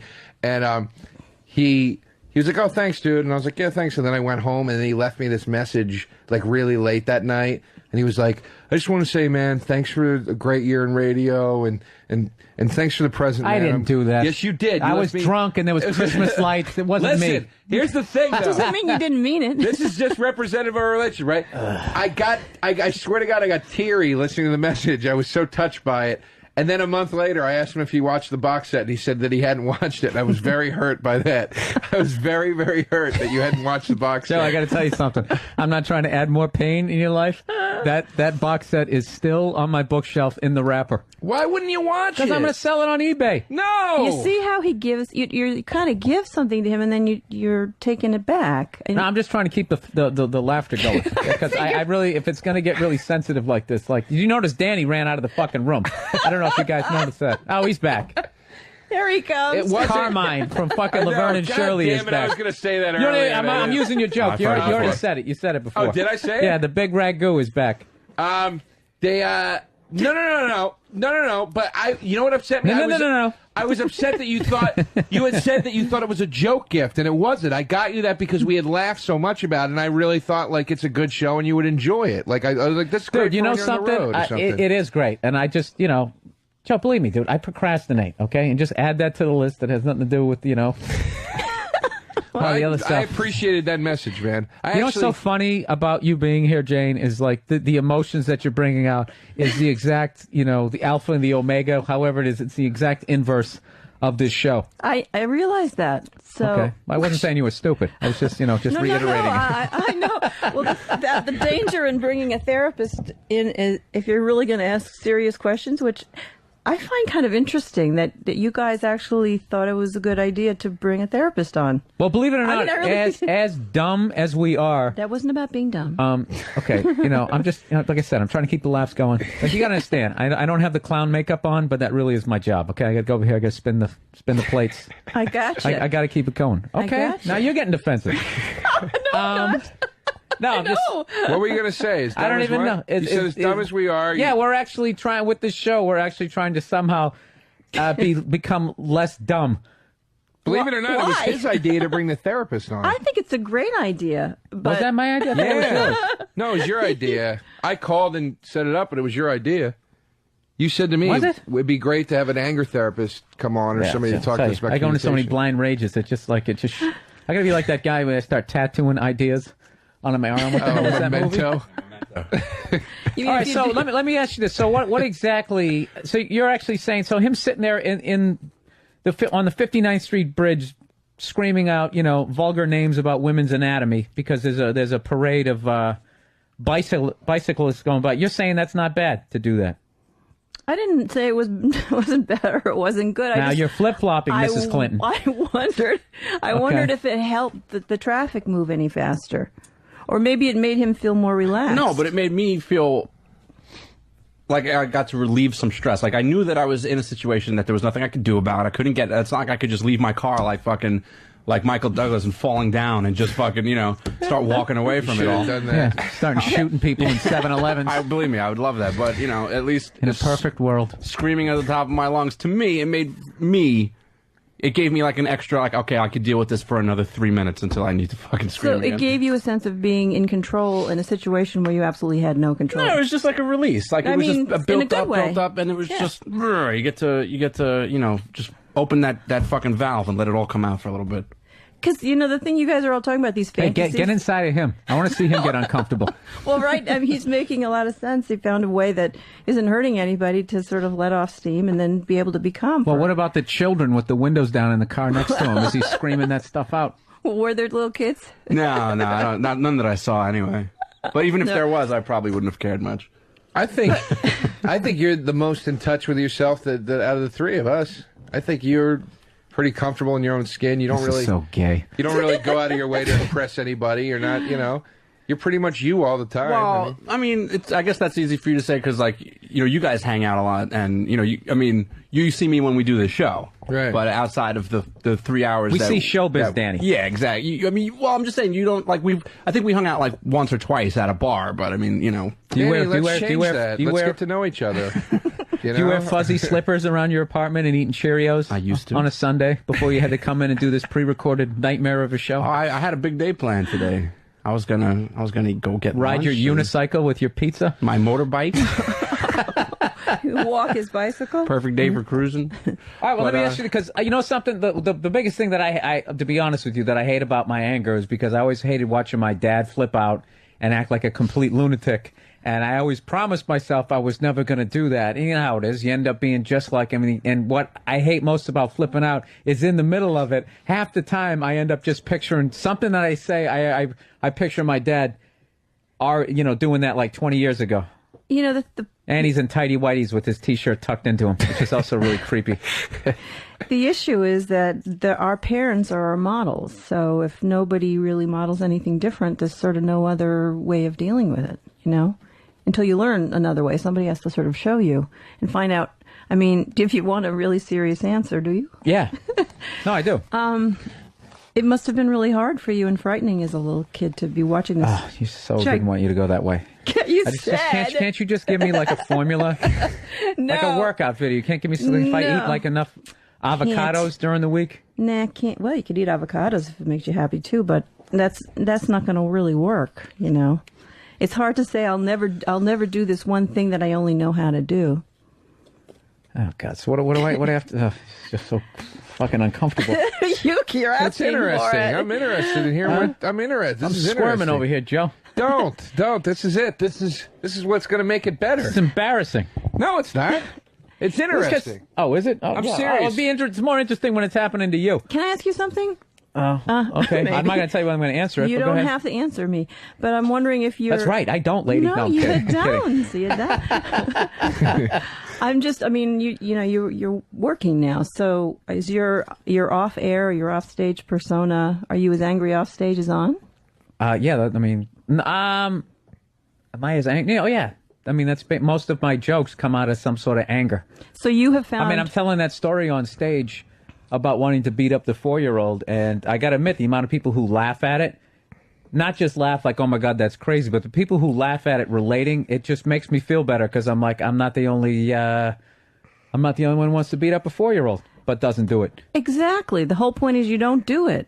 These fantasies of doing all these kind of things is fine. But you're uncomfortable about the feeling so angry. But you're not acting on the things. So that part of it's okay. To be honest with you, you want to get into this shit, it's really fucking up my relationship with my girlfriend because she hates the anger, it causes tension. When I was dealing, with the cable company there and that guy wouldn't give me his name, if I had some sort of black belt, my hand would have gone through the coffee table. That's how hard I hit it. And she just, It's scary for her. Yeah, caused her to jump. Yeah, but I think it's kind of a turn on for the broads, Well, maybe at certain times, but maybe not during the cable company interaction. Yeah, well, because she's probably feeling the way you did when you were a little kid with your father.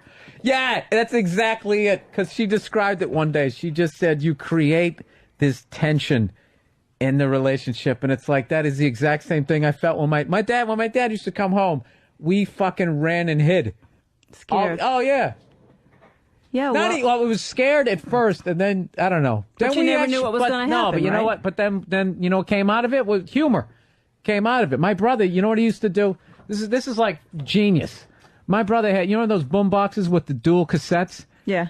He used to tape my parents' arguments, and he would make mixtapes. He would put music that went with the arguments. Oh my God, that's a terrific idea. Oh, well, it was fucking hilarious. He had one where my dad started out. I'm telling you right now, I'm really getting sick of this shit, okay? I mean, he was building up to this anger, and he put, you know that song No Quarter by Led Zeppelin? Yeah. Starts off with that haunting keyboard. Yeah. And then Robert Plant comes in with that really spooky, close the door, put out the light. Oh, my God. And it gets all the way up to... Oh, no. And then right as Bonham's drums came in, he's like, you goddamn fucking bitch!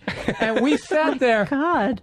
As 8 year, you know, all of us, you know, whatever, 6 to 12 at that age, all of us, and we were fucking dying laughing. We played it for my mother. She was laughing. We all, you know what? We all ended up laughing about children it. have no... There we go. This started up the argument. Okay, I'm going to do my dad right now, okay? Oh, I tell you right now, you know what? I'm getting sick of this shit. Oh, you know what? Fuck you, lady. And he just kept building it higher and higher. I'll tell you, one of these days, I'll tell you, Linda, I'm going to walk out the door. I'm not coming back. And what was your mother saying? Oh, you can never hear her. She was just like, saying, you know, with a little mousy voice. She wasn't saying anything. She was just sitting there. This is really, I'm really letting people into my life right now. Yes.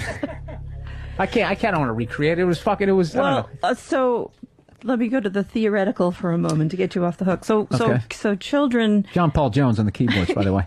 Really? Yeah.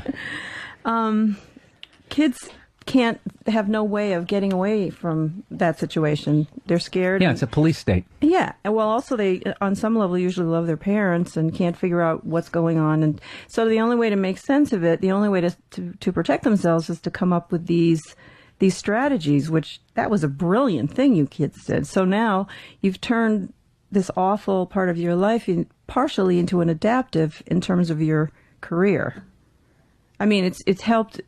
It's helped. You got into your field maybe partly because of your because of that situation. You have found a way that's adaptive to sort of. Well, you know what's interesting about that? Because I've always told that, like, people, like, you know, Joe, like when people meet you after you've done your show and they want you to still be the guy joking around. Yeah. And when you're this morose psychopath, they don't understand that, like, humor is actually a defense mechanism of basically, oh, here comes a bad feeling. I don't want to feel it, so you end up making a joke, which is why any sort of tragedy happens. Comedians always had jokes, from fucking, you know, cults to those miners being trapped. And people think you're making these jokes because you don't give a shit, and it's more like, no, I just don't want to feel that feeling. Yeah. Well, cops do that, you know, like there could be on a murder scene, and people get really mad when they see them joking around, and firefighters, but it's the exact same thing. Can you know something? Because what they actually see is way more worse than what I've ever seen. I bet those guys are 100 times funnier than any comedian. Can you imagine?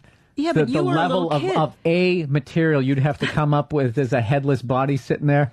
And you got to sweep up, and you got to come up with something to kill the tension. Well, they're nuts. Remember the cop we were hanging out with that was like, "Want to go shoot the gun up in the air?" Oh yeah.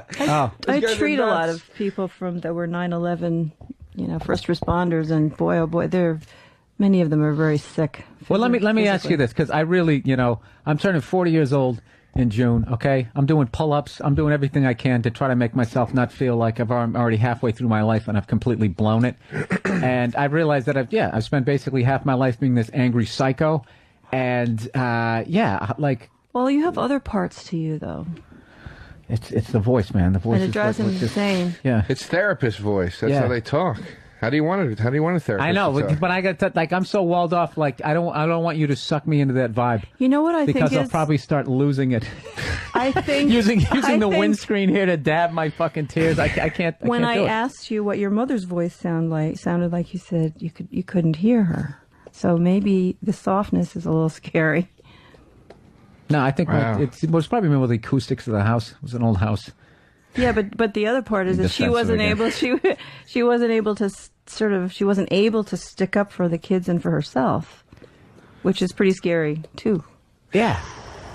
Should we move to you for a moment? Yeah, okay, there we go. Okay. Fucking heavy. Whew.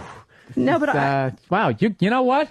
You really, you're good, I'm going to tell you. You are good. Yeah, I don't know what they teach you there at New York, NYU. You got right to the heart. Man, I've been going to therapy. It took the therapist I'm with a hack.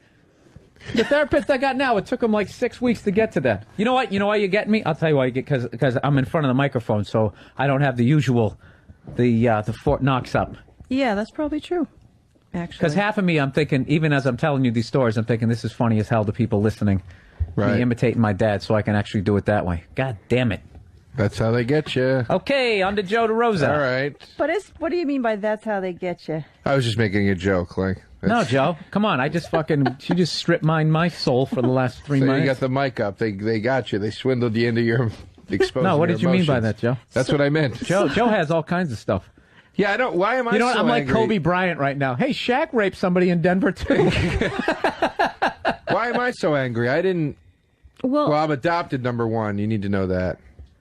But my dad didn't come home you mean screaming. you were adopted? It's a process, not Yes, I as was opposed adopted. to a label. Yeah, that's right, Joe. You I still was adopted. adopted, but there's been an immense amount of subconscious stuff that's come out in recent years as a result of it, abandonment issues and intimacy issues and all kinds of things.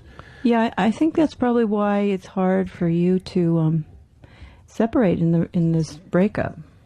It's probably really painful. Joe, stop Yeah, it playing was. with the mic. Just sit there and have the feelings, okay? I did How it. much of this I are you? did it. You're going to edit this whole thing? No, out? we're not. It's No, we're not. No, it'll go. No, as I is. want him to squirm right now. How many children are there in the family? It was just me. Yeah, Because my mom was unable to. My parents couldn't conceive or whatever. They couldn't. My mom couldn't get pregnant for whatever reason. She got pregnant once. She had a miscarriage. Then they adopted me. But my parents were very. They weren't overprotective where they didn't let me do stuff. Like I was allowed to do whatever I wanted to do. Basically. Did you feel like you were just some bad substitute? You know, like somebody wanted the IROC and they just got the regular Camaro? No. I never. what happened? I never felt like that. You know what? I'm not trying to disrupt this, but every once in a while we got to throw a joke in here. People, go ahead. Or truckers are going to drive their fucking Trucks off the into road. a ravine, either out of pure boredom or we're going to hit on something that they've been driving away from their whole life. It's hilarious. You know what happens though, because I'm very familiar with this as an adoptive mother. I think that a lot of times. Oh, so you adopted a kid? I did. Okay. Yeah. All right. Okay. And I think what How did happens. that make you feel? You know what? You're in for a career change. I think that a lot of times people, when they adopt a child, they want so much. They treat them so specially that a kid feels like they can't possibly be this miraculous being, that they're being treated by and then it creates a lot of problems. Also, did they talk openly about the adoption with you? Oh yeah, I always knew. I literally can't remember them ever telling me. I just knew. Did you find out there was no Santa Claus, or I was adopted first? I was adopted. I literally have known that my whole life. I can't remember It's a good ever thing. not knowing that. So they must have told me literally since I was like a baby. Joe, we're just letting you know you're not ours. Now, finish up your baby No, food. there's books. There's these wonderful books like, from like Sesame Street, Gordon and whatever her name is, How to Maria. Make a Family. Maria. No, Maria was not with Gordon. Was she? Huh? Maria? She was hot. He should have picked her. Who's Maria didn't need to adopt. She was No, Puerto no, Rican. no, no, Whoa! She No, lives in my come on. neighborhood. She was with. Wait a minute. There was the other girl. Yeah, Maria wasn't with I Gordon. don't fucking know. Can we talk about my feelings and not Sesame Street characters right now? She brought it up, Joe. A little anger, a little defensiveness. I didn't. Were they older parents? Oh, I know it was. I know who it was. It was. They used to sing the song where I got 2 ears to help me hear, and then Bob would be like, I've got 2 eyes, like the white and black thing. You don't remember that? No. Susan. He was tapping Gordon that. and Susan? Gordon and wasn't it Susan? I don't think so. Oh shit! This is Someone, when we maybe need somebody will callers. call you and Okay, email you know us. what? Okay, go ahead. You guys All right. get in deep. No, they were average age, I mean, like, But my parents do. I will say this. I've recognized this recently. My parents placate me. I wasn't spoiled monetarily because they never had a lot of money. But I think emotionally I was spoiled in a certain way There was a lot of fighting, and I have a Get to very the pain, Joe. oral, Come on. retentive family. So I mean, it's not like it was all picnics and. So your parents fought with each other, too? They fought. I fought with them. It's almost like a sibling style relationship I have. I mean, it's very. So they. I mean, I used to tell Joe funny yells stories. at his parents. Yeah. I used to tell funny stories about me getting in arguments with my mom, where I'd be like, I'd literally like do like the Ralph Cramden thing with her, and I'd be like, oh, I'd love to, and she'd be like, you and what army? Bring it on, but So like she treated you more like a husband in some ways. Only, that's creepy. I don't mean it in. Wait a minute. You know what pornography he's into? He's into MILF porn. Can you dissect that, please? Oh God, How do you this is spell it? awesome. I want her on every episode. This is a new way to attack each other. You know shit about Through me, your and histories. we'll just sick a therapist I on you. literally- Joe is into MILF porn. Go I ahead. literally was Joe. looking at you when she was talking to you, and I was like, what the fuck's she squirming about? Who cares? And then when you just said that, my stomach sank, and I'm like, oh, that's what it's like to tap into your real issues. Yeah, okay. there you go. Here we go. Well, you wanted to know, each of you, where the anger came from, and this is the beginning of the reservoir. But my parent, what I was saying earlier, before we get into the MILF porn thing, my parents. She's not your real mother, Joe. So Stop it! Stop it! My parents placated me. It's a little Stop competitive. using that word, Joe. Competitive. No. They do placate me. Like What my does that parents mean? will they appease me. Like in other words. Oh, appease. They Okay, tell me. shit. They'll tell me like they'll just say they'll say, look, you have to do what you need to do for yourself right now, and anybody else that doesn't understand, that's their problem. They're going to have to understand it. And it's nice that they say that to be supportive of me with my job or whatever. If you can't make it to this thing, then everybody's going to have to understand because you're doing your job. And I understand that Yeah, they're but trying they're to not be. asking. They're not asking you about how do you feel. That's what I mean. They're They trying don't to. see you. And how did that make you What you're- feel, Joe? They're trying. Well, it's at the time. It's what you want to hear because you're going. Yeah, think they're, you wanna They're hear. giving me the green light to do whatever I want to do, and these people will back me up no matter what. But then you realize they probably should challenge me a bit more. They should probably. Well, that's true. As a kid, you don't want to. Oh no, you don't really have to play baseball, even though you signed up and you'll be letting all the other kids down. You Hey, don't Jane. really have. Yeah. Can you make Yeah. him cry? Probably. Well, he's a very That's sensitive person. Perfect example. Exactly. If you do, I swear I'll get you a slice of pizza at the end of the show. Exactly what you just said, though. I tried soccer in first grade, and I sucked at it, and I hated it. You thought you thought I you can really sucked at see it. you sucking at No, that, no, Joe. no. I suck at sport. Tripping over the ball? I'm not athletic. I'm not good at sports. That's just the way it is. But I hated it, and as soon as I went to my parents and said, I don't want to do this anymore, they were like, okay, you don't have to do it then. Don't worry about it. Like, you just don't have to do it. But They taught weren't- you to Yeah, quit. but then that makes you feel like you suck at sports. No, I do suck at sports. See? I've played. No, listen to me. No, I've- he does. But I'm I've seen saying, him do as a- push-ups. Maybe you don't. But the thing is, as a first grader or as a 6-year-old, you don't want to tell the kid, oh yeah, you're fabulous at it, but you want to say, so what? Maybe we could help you. Let's go out in the backyard and kick around the ball, or some way of not making you feel like you're giving up on something. And Well, they not, took me to have a one-on-one with the coach. And the coach was like, I'll work with you one-on-one to see if you like it anymore, you feel any more comfortable. And then I was still like, nah, I don't want to do it. But Oh God! it wasn't like it wasn't like they let me do anything. It was like, they were hard on me about school. They didn't let me slack off in school. I'm just saying, like, I think when it came to social situations and things where I needed to be accepted, yeah.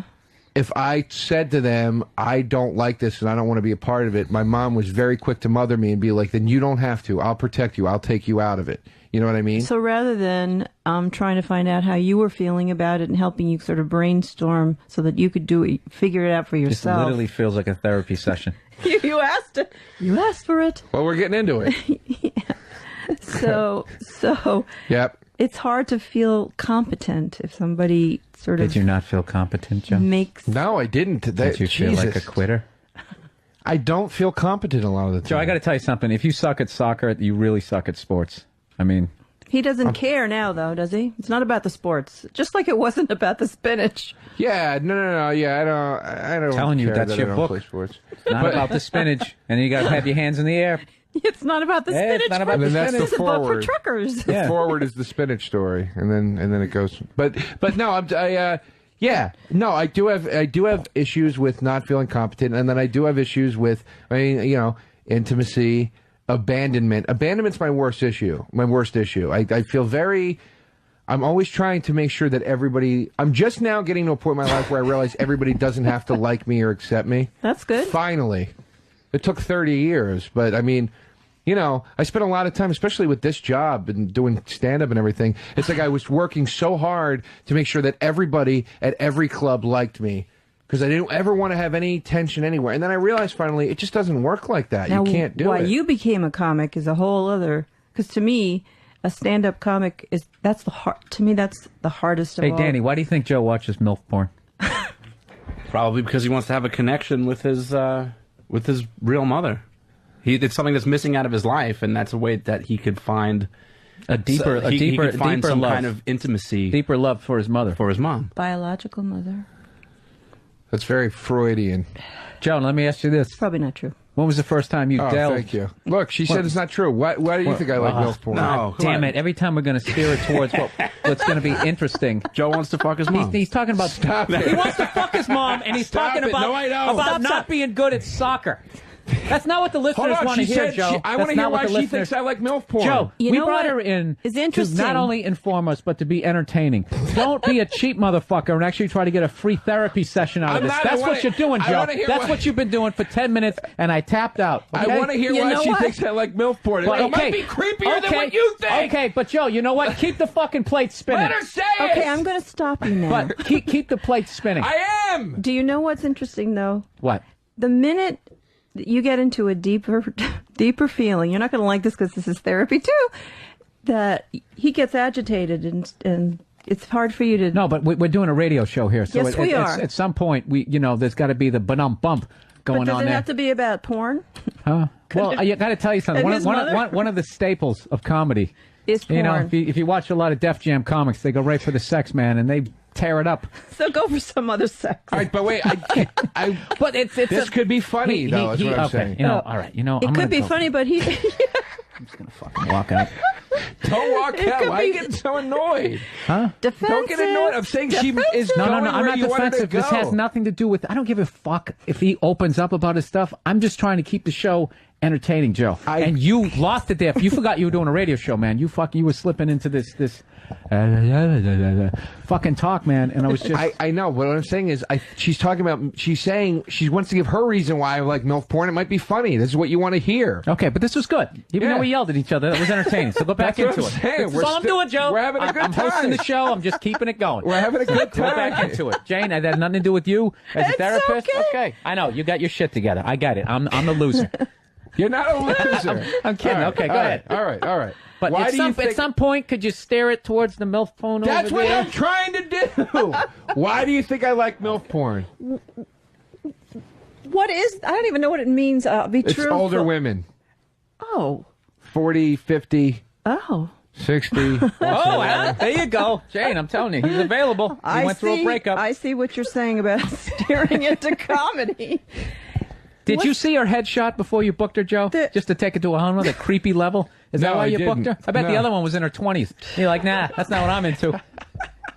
There are lots of men that like older women. There's nothing wrong with it. Cougars. Look, he's taking it away from the funny thing, too. I say that, and you wanting to go towards the porn part. I like and you. Nothing wrong with it, You're giving honey. me shit. You're giving me shit. I like this. But do you think it's got anything to do with me being adopted No. and biological and all that? It could have to do with attachment, but I mean that meaning it's hard. The idea of being separated from somebody that you care about is very painful. It could be, but that's not. But I've not been separated from anybody I care about. Like I don't care Yes, about your my. biological mother. But I never knew her. You know. That doesn't matter. I mean, kids have a lot of feeling about who, where they came from, what did you, this was your idea. Huh? You said to go this way, and that's what we're doing. I just was breathing out. Yeah. There's something in my nose. He's a little jealous of the attention, so. Ooh, I like it. I'm already telling you right now, best guest we've ever had, hands down. She's fucking awesome. Sorry, Maz. Last episode we told Maz he was the Maz best was the guest. most He was informative. great. This is the first one. Gets the show. She gives shit. She's informative. I know. This is great. She could be a friend of the show where every once in a while we bring her in. Like we bring in a Yeah, therapist. if we have a big fight, we got to bring her in. You don't even need a fight, apparently. What do you mean? Because the issue is more about communication skills and also about each of you has anger having absolutely nothing to do with each other. Yeah, so this is... So what are you saying? I don't even know this guy? This is No, what that we're... you do know the guy, but you both have angry feelings that... We got into a fight one night. This was the legendary fight. A real in fight? our friendship. It was an argument. On, it was, on the air or off No, the air? no, no. It was off the air. What do you mean by real fight? Like men duking it out, or you No, mean no, like no, like not a funny... Yeah, no, this was No, real. no, it was This a real argument. This was real. Where people were looking at us being like, Jesus, guys, like, that we didn't know. We were in a bar, and he said he liked Stevie Ray Vaughan, and I said I thought Stevie Ray Vaughan sucked, and that he was destroying the blues. Yeah, I said I thought like white Stevie people Ray Vaughan. were destroying the blues. Thank you. And I've since, just since we're on the air, I've since retracted my statement about Stevie Ray Vaughan. I like him, but the point is, the argument at the time, I said that Fucking I thought Al Gore over there. white people were ruining the blues, and Bill obviously didn't agree with that, and we fought literally for 2 hours. But you would have thought we were fighting because, like, I fucked his sister and then dropped her or something. You know what I mean? That's how intensely we were fighting. So what do you think it was really about? Well, I don't know. This is what the whole thing is. It's like, how do we communicate better with it? How do we put our deep-seated hatred of ourselves and everybody around us aside, and so we can just communicate with each other? So we can just go out and get shit-faced rather than screaming at each other for 2 hours about... Because Bill and my frequency, if we hang out for 3 days, one of those days there's going to be a blowout. You guys have known each other fight. for a really long time, right? Actually, no. Like 3 years, 4 years. Yeah. And how close? Are you very close? And the way guys are close. Yeah, you're very close. Let's not make this weird. Okay. So the closer, it's like, I mean... Say Bill's one of my best friends in comedy, yes. I'd say that. And I think he feels the same way. He'll never say it, but... Why do you need me to say it, Joe? And why did you say in comedy? What I guess you probably mean is one of your best friends. He clarifies it. He clarifies it. Bill's one of my best friends. The only reason I say in comedy is because I have had very distinct parts of my life that I have very close friends from those parts. So I say, this guy's my best friend from college. This guy's my best who friend act in like comedy. assholes when they play beer pong. Do you get into those kind of arguments with them? Sometimes, yeah. I mean, yeah. I argue with people a lot. I mean, it's like dealing with a couple. You know, really is. Oh, Yeah. Jesus. Yeah. I knew it was Couples coming. By the therapy. end of this, you can say we're gay for each other. All right. No, but the thing is, the closer people get in a relationship, the more you get into those issues, familial issues, and you know how to push each other's buttons. And so you're making the face again. Yeah. But I'm why- right, aren't I? But why do we... Yeah, but He I mean... makes that face when I'm right. No, you didn't have to say couple. I know. Well, I don't mean it that way, but it's like when, all right, coworkers. Listen, James, if we're going to have a relationship, you Coworkers. have to be honest and you have to say what you mean. Don't start throwing out these terms that you Well, don't mean. I'm not that's saying a big button pusher it's with me. couples, but I didn't say there was well, I don't know, but I didn't say there was a sexual relationship between you. But so it's not about Stevie Ray Vaughan.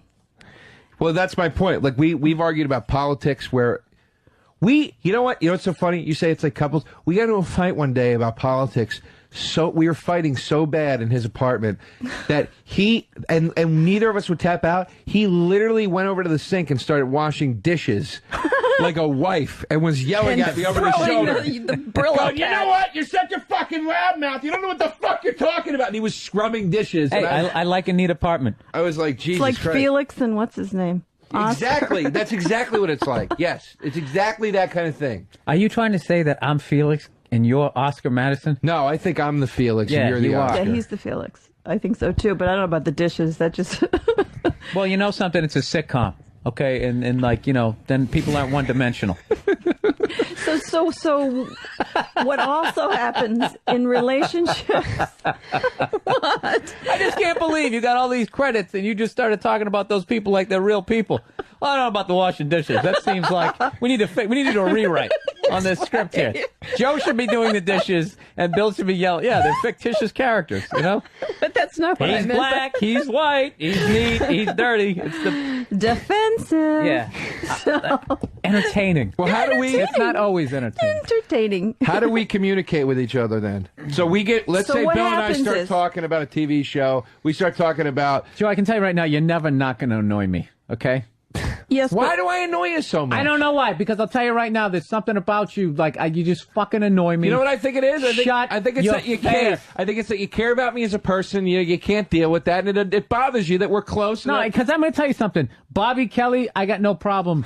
I got but no problem. Bobby's as shut down as you are. The fuck up. Exactly. Bobby's as shut down as you are. Yeah, so that's what it is. There's something about you, dude. There's something about you. You're just too fucking sensitive, and it's creepy. Wait a minute. You're creepy, Joe. You're I said creepy. it. You're creepy. You're creepy. But I'm not creepy like that. I'm freaked out. I'm not creepy like. Let us have it out. Time out.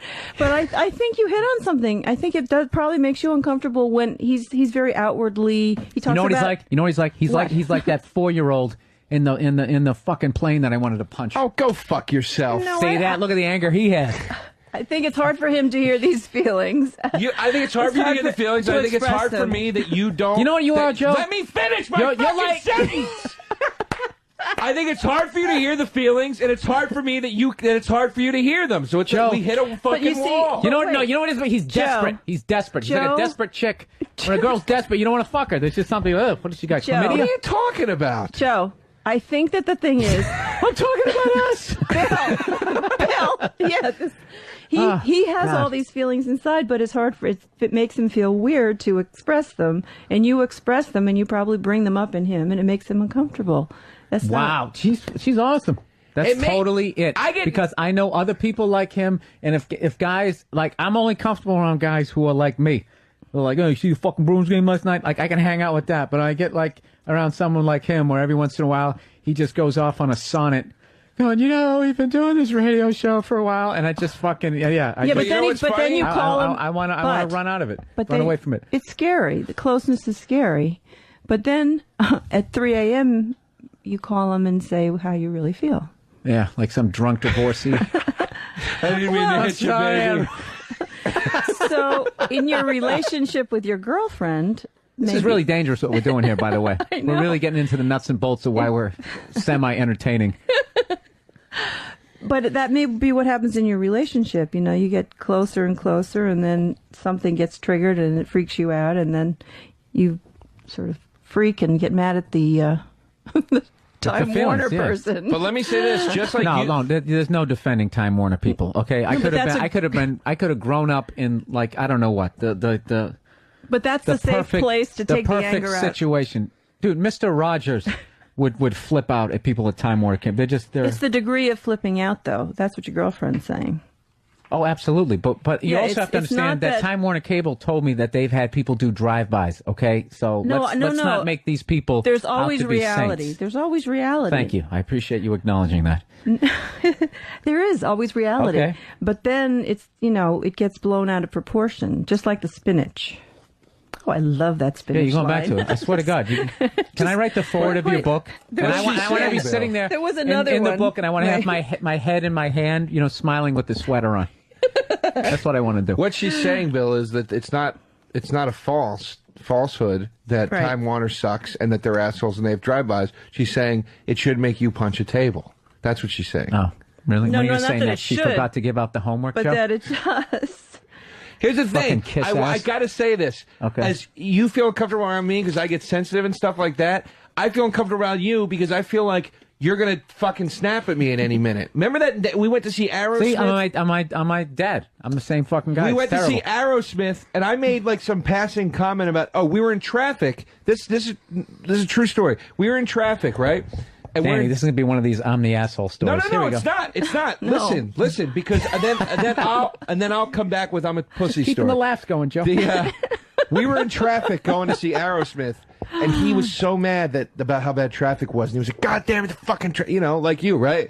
And then I made a remark about New York where I go, you know why there's traffic? This fucking shit, I'm so sick of it. Because every douchebag with a goddamn acoustic guitar has to move to this fucking city because they think they have a dream and whatever. And I was trying to like make him feel better.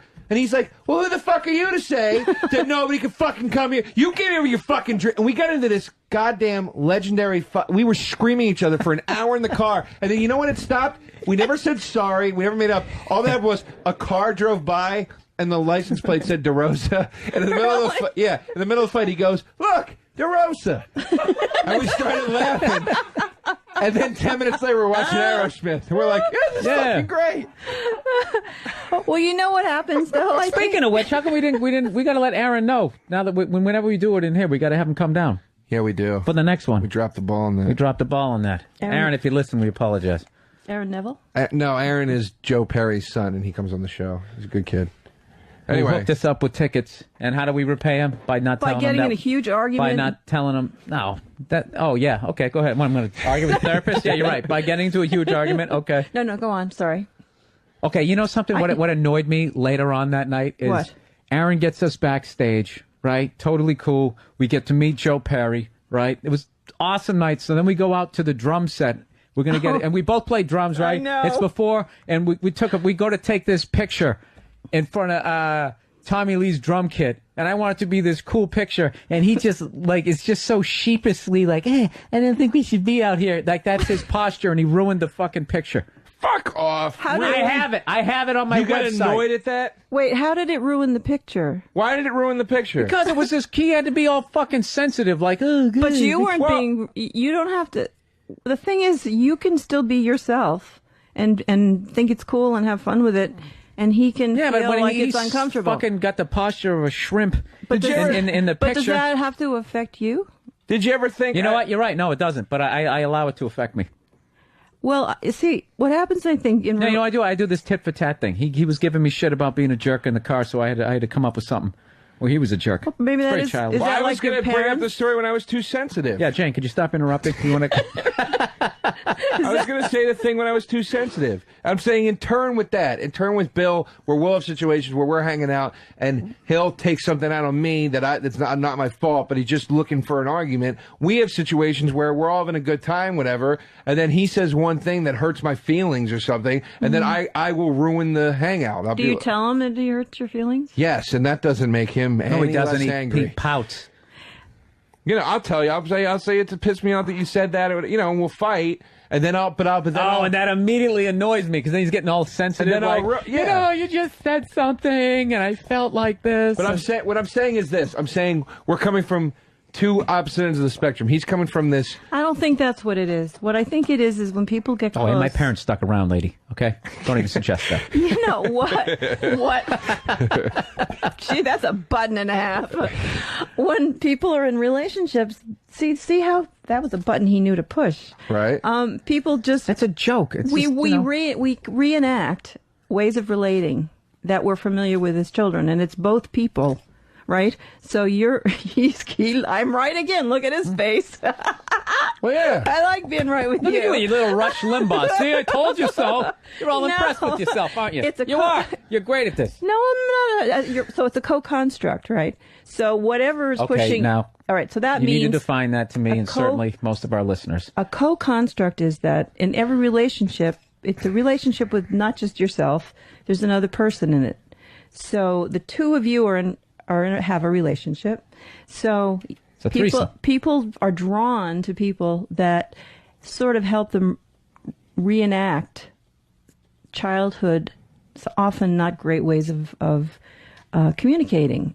So, let me give the layman's terms. You end up wanting to get away from the psychos you grew up with, and you end up surrounding yourself with the exact same psychos. Oh, that's what you're saying, Jay. Well, yeah, kind of. It's not. It's just that, like, I think there's a little bit of, for both, it's got to be something. Something goes on for you with him that is a reminder. Like maybe, I don't know if it's. What I was going to say is when I get upset, the way I was brought up, when I said the opposite ends thing, when I get upset, when I was brought up, all I had to do was go to my mom and be like, I'm upset. And she'd go, okay, it's okay, I'm sorry. And she'd cut the crust off your sandwich, wouldn't she? And it's pouty behavior, and it's not good. It's not good behavior to be reinforced. And Bill, on the other hand, it was the opposite. I got hit by a car one time, right? Got hit by this Jeep. And when I came into the house, my mother, well, that's what you get for driving your bike in the street, you idiot. Oh, my goodness. Well, it wasn't that bad. And that's not how she showed love. That's how she showed concern, when she would get, like, mad. I can see you really believe that. No, yeah. Well, no, I mean... So how important does it My mother still sends me candy on Easter. She makes cookies during Christmas. She mails them to me. My mom does that, too. Huh? My mom does that, too. Your mother babied you, man. Your mother wasn't as good a mother as my mother. Fuck off! My mother would drop your mother right in her fucking house coat. My mom loved me. Choke her out with your apron. Love. The thing is, we all have... She didn't. Hey, who's watching MILF porn? Me or you? Huh? Who's screaming at people for no fucking reason? You and me. Oh, fuck off. I scream at You people told an hour's worth of fucking stories for about doing it. justice, Bill. For justice to be served. Oh yeah, and you see his little fucking Mussolini complex where then everybody's I'm not gonna take and everybody it starts anymore. clapping. I never yelled at you for no reason. I never blamed you for traffic in the goddamn street. You've picked fights with me. Admit that. Admit that you pick fights with me. I won't admit that. Wait a minute. Don't tell me what to do. You do. Wait. But No, see, Joe, now, it's the way we fucking interact. Now you're It's picking a a fight with- co-construct, Joe. Joe, it's a co-construct. it is something triggers one of you, which triggers the other one, and then you just get into this. Does it have a sameness about each argument? Sort of feels the same. She's calling us hacks. Yeah. Well, that's because it's really something really from your childhood, and it's being replayed in some way. Is it ever something in the moment? Could he ever just be a douchebag, But you don't in really, that moment? But well, of course, there's reality. There's some reality in everything. I'm picking Remember? up on this. There's Yeah. reality. There's co-construct. You're going to be a therapist by the time you're going to stop being funny, and you're going to be. that'd be it. Yeah. Stop being funny. He never started. Hey now. All right, we're gonna take a break here. What are we at? Yeah. All right. We're All right. at the porn. Well, listen, we're gonna discuss Joe and his MILF porn. Then you can get into the kind of porn that I want, which goes along the lines of, it's just brutal. I actually swore off porn. Yeah, it was all violent and shit. It's really ugly. Interesting. Not interesting. It's horrific. We're going to be discussing that when we get back. We wrap up the hour here with our greatest guest ever, Jane Burbank, discussing anger. Where on are the Uninformed. truckers now? Uninformed. Oh, my God. If we could have had the truckers call in, half the stuff that they would reveal and the other half that they would make up, it would just be awesome. All right, you're listening to Uninformed. Uninformed with Bill Burr and Joe DeRosa.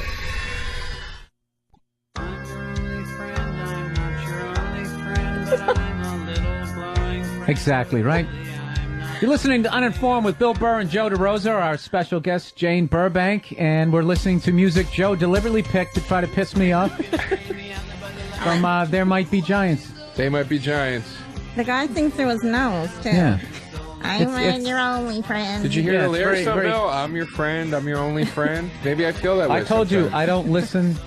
I don't listen to the lyrics, Joe. Maybe you don't listen to a lot of things, Bill. Maybe that's why Jane's here. Maybe I see through you, Joe. Ooh. Maybe I see through the fact that you didn't play that to tell me that you're my friend. You fucking did it to annoy me, and it worked. You're right. All right, and when we went to the break, we'd already been screwing Joe to the wall there over there about his MILF. Yeah, that's how his anger. Somehow he wants to bang somebody's mom, which I just think is un-American. We didn't and say I think that. he has ties to the Al Qaeda. So now it's time to get into my porn, which actually, I got to tell you something. Like, I actually was starting to go down this route. I just, I didn't, it just kept getting darker and darker and more evil and more sadistic. And I actually. Participating or just watching? Yeah, I'm talking about porn. Yeah, no. Yes, I know. That's what I'm saying. I wasn't watching, like. You weren't making it, you were watching it. Yeah, I wasn't going down to, like, the vault. Or one of these places, these places that rich film people's, me. yeah, like one of those eyes wide shut kind of places. No, Jesus Christ, no, we're just talking about renting porn. See? I drew the line. I keep wanting to say Max Headroom. What is that guy? Max Hardcore. Max Hardcore. Oh yeah, just yeah. See, he's like thumbs up over there, and it's just like it's just one of those things where it Yeah, he gets a little too much for me. yeah, and at some point it went to the point I just started looking at him like. This guy, like, there's a major part of me that is like this guy. I just couldn't handle. Like, that's when I actually started thinking porno was bad, and I stopped watching it. So I weaned myself off like a crackhead. I watch a little bit now, though. You know what I do? I stick with the U porn. And you showed me some clips where. Oh, it's terrible! It's terrible, dude. It's not that sadistic shit. Like I know that stuff. Like that stuff. Hardcore. I mean, he's borderline raping those girls. It's just bad, man. It was bad. I'm not saying that's not bad, but I'm saying like it's just funny. The clips you showed me. You were like one day like you got to see this clip. That girl was just beautiful. like some naked girl in slow She was motion. gorgeous, It's like, what is this, a fucking Chris Isaac video? I can't whack off to. I need something. You know what? And you know what's funny about that? What he's talking about, his idea of porn being, what is this, a Chris Isaac video? The girl actually, it was anal sex was involved in it, so I don't think it was like a Chris Isaac video. All right. So that's not very sadistic, is it? What isn't? This beautiful woman having AIDS. No, I'm saying I kind of wean myself off it. But believe me, every time I go by one of those porno stores, like it's kind of like after you've been addicted to heroin, you're still like, Max Hardcore. Well, wonder what he's doing people these days. do become addicted to porn. Okay, but I'm saying like... but you're saying very sadistic porn. Yeah. Well, addiction, I mean, being sort of compulsive about porn is being compulsive about porn, whether it's sadistic or not. But well, what's the difference? And what do you mean by sadistic? I guess I'd have to say that, because sadistic means different things to different people. Yeah, he's calling her all these names. He's slapping her ass. She doesn't really look like she's enjoying it. Her face is like all the way into the couch. You mean it's like a rape kind of fantasy? Yeah, he swings her around by her hair. Very cavemanish. But then there's porn like that where the chicks are they really like they're being like but like they're getting the shit kicked out. I'll tell you what was bad. I kept meeting girls who were into that stuff. Like I was sitting there, like this girl was going like watching pornos with me. One of those girls you just know it's going to be a great evening there, Joe. Yep. And replication. Yeah, she actually watched the. She started watching that Max Hardcore thing. I'm like, and I was sitting there saying to her like, this is too bad. This is like over the top, right? And then she was just like going like, oh no, she was asking for it. She wanted it or some stuff like that. So then, that girl actually ended up being too. You ever have a girl tell you to slap her in the face? She ended up just being like, and I'm just like, look, I'm not gonna. Yeah. No. She wasn't slapping the face. She was a girl who wanted me to choke her, and it's like, I'm not doing that. Yeah, choke's she's where like, I draw. why? I can't do it. And I was like, because I'm not gonna have you naked. And dead. Not even dead, just unconscious with my fingerprints around your neck and just be like, actually she was asking me to do it. Yeah. And so exactly, that idea. Yeah, choke is scary. Choke is scary. The damn it. Shit. It's gone. The hell's wrong with you? I had something in my head about that I wanted to add to this porn thing. And it's gone. Oh, that's what it was. What's the difference between asking? What's the difference? You say addicted. Well, how do you know if you're addicted? What if you just really like it? That's fine. But I have had patients who they can't not watch it. They can't. They go from one compulsion to another. Oh shit, we're fine. No, it's like you mean they're just watching it just to watch it. It's not they like have. Well, they like it, but they need. It's like needing a drink. It's like they can't reach orgasm unless they're watching that. They probably can't even have an orgasm with another person at that point. It's really. I know you're the professional. No, it's usually a way. It's usually people. I mean, we've all had a lot of pain in our lives, but it's usually significant childhood pain where they want to blur things out, blot things out, so they get involved in something that they're not involved in. Oh, like voyeurism or something. Well, like watching, repeated anything, or doing a lot of drugs, or drinking a lot, or to numb the pain. Oh, yeah. So you just keep doing something, slamming your head against the wall, basically, so you don't have to think about it. Well, if you want to hear a microcosm of mine and Joe's relationship, we actually just realized that we have on our cell phones, this is how me and Joe communicate. So just so you know, this isn't just like, we're hamming it up here for the show. This is literally the voicemails I left. What did I leave you when you were coming back from your Air Canada episode? This is literally the story I told earlier in the show.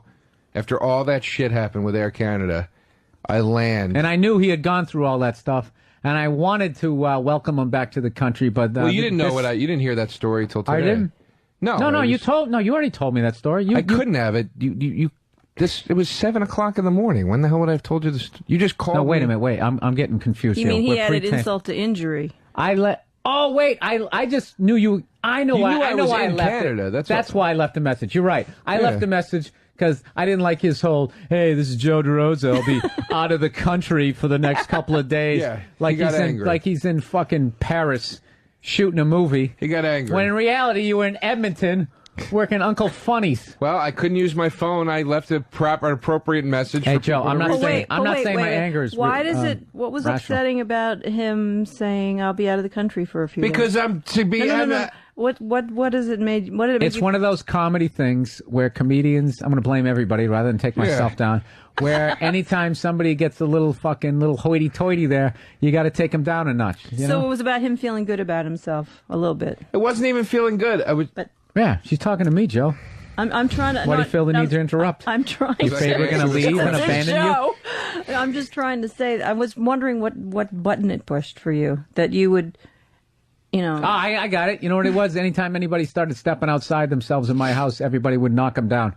So then I do that now. So Joe, he's out of the country. What does he think he's doing something? So subconsciously, I got to trash him. It's not like I don't want him to do something, but it's all. And like the other half of it is, it's just. Well, now you're so used to busting his chops that it just comes natural. We do it. All right, let's play the clip. This is. So I land, and this is the voicemail. Joe, after. No one cares about you enough that you need to leave a fucking 5-minute goddamn outgoing message with 58 different numbers. You can also reach me at 740.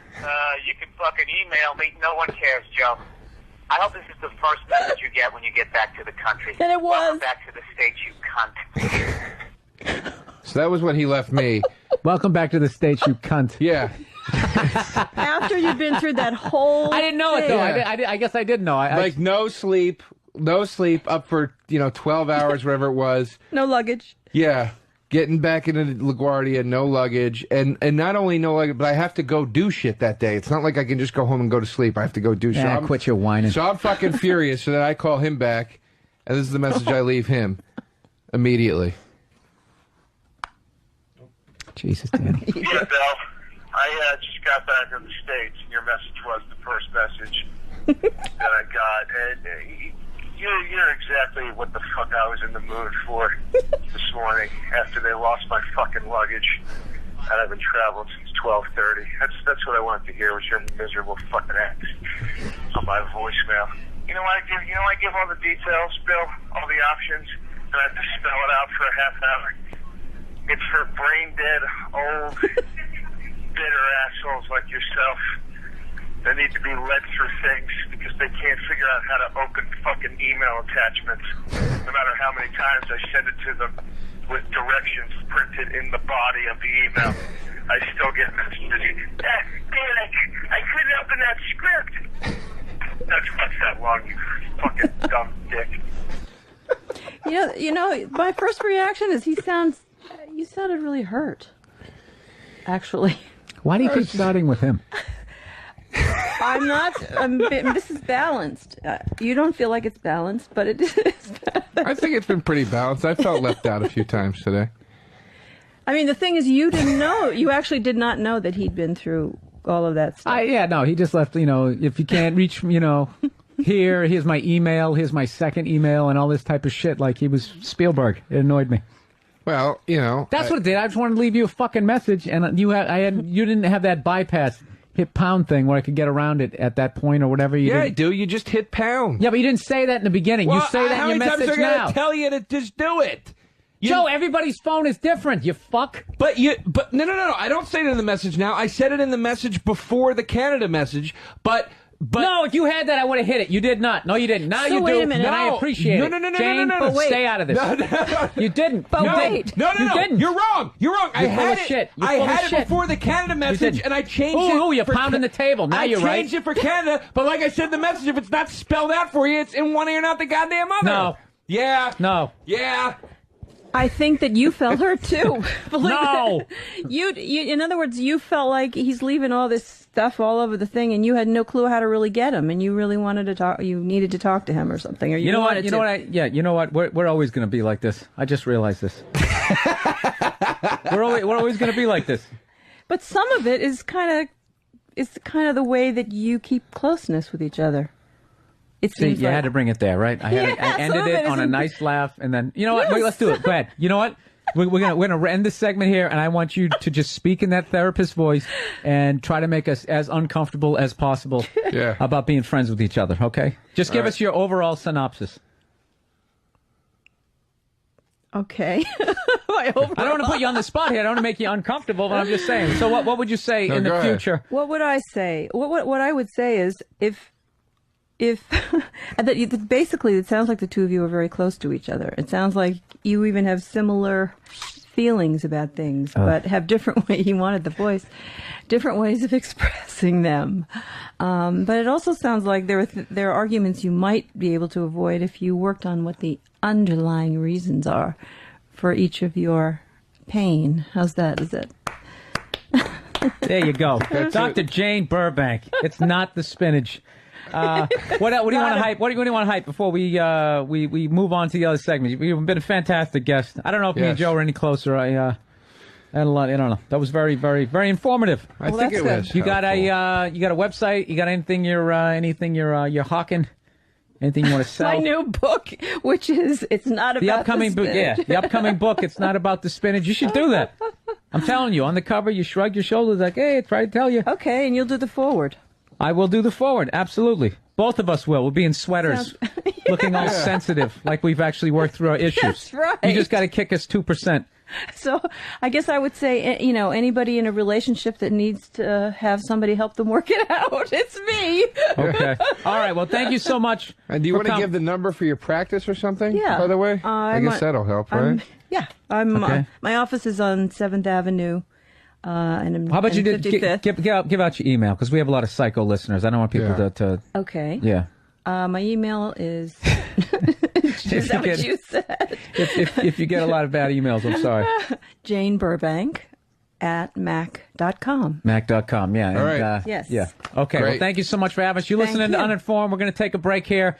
And once again, our thanks to our very special guest, Jane Burbank. And look for her upcoming book in stores. It's not the spinach. It's not about... It's Uninformed with Bill Burr and Joe DeRosa.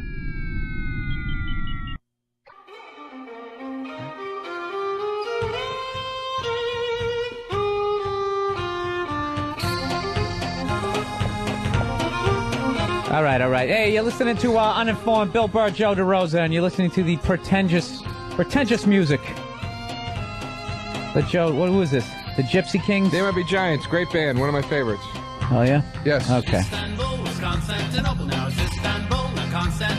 You don't like this, Bill? Come on. Well, if I was 8, he's saying a bunch of countries. Okay, yeah, I heard Johnny Cash do it, and it was cool. They didn't write that song. Cleveland, Delaware. That's an old standard, that song. Worcester, Cranston. I've been everywhere. Where, man? Could you sing all the awful comedy clubs you played recently, Joe? I've been to the Comic Strip, Funny Bones.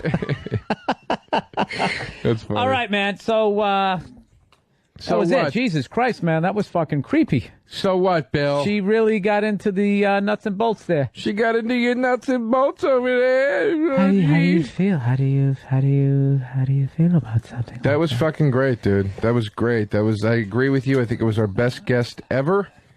Yeah, she was good. Whatever. I think that we got to the core of ourselves, Bill. I feel closer you know what's funny? to you. We ended up arguing the second we got off it. Joe, no is near closer. I got the walls back up, okay? That was for entertainment purposes only. I'm riding this anger thing into the ground. All right. That's a shame, Bill. See? Now you're talking like her. You know, I feel sorry for you sometimes. How does that make you feel, Joe? Just cancel I'm looking each at other an out. issue of Hustler here. Margaret Cho is in here, which is... Doing what? I guess an interview. Good. But then they got like these like pictures of Jennifer Aniston on a beach. You know John Mayer is hooking up with Jennifer Aniston now? Yeah, you said that during the break. It didn't upset you, Joe. Yeah, I can't take it anymore. This guy, I mean, he seems like a nice enough guy. I've seen him around the clubs and stuff. Stop covering your bases. He annoys you. I can't take it. He's just getting, it's just, how much, fuck, I can't take it. I want to run through the halls of my high school. Joe, I swear to God, man. When the wrong... Danny, pull up that John Mayer song. I can scream at the top of my lungs. They, first he was fucking... Dude, he fucked Jessica Simpson, dude. Hey, he fucked Jessica Simpson. Now he's fucking Jennifer Aniston. What are you gonna do, Joe? What are you gonna argue about? I mean, it upsets me because Jennifer Aniston clearly likes guys that are mildly out of shape with dark curly hair. I feel like I might have possibly had a shot with her if I was famous we'll send enough. a clip of you playing the drums, Joe. I'm just not famous. She used to go out with that other guy with the fake dreads that came out of the top. He looked like a Muppet. The guy from Counting Crows. Yeah. They suck. I hate them. Meanwhile, if they walked in here, I'd be kissing their ass, trying to get next to one of the chicks from Friends that he popped, that he stooped to. Well, I can't even remember the songs they sang. Mrs. Jones. Mrs. Jones and me. There's that song. Oh. It's Mr. Jones. It wasn't that bad. Jones. Counting Crows. That's pretty good. It stunk, Danny. I liked it.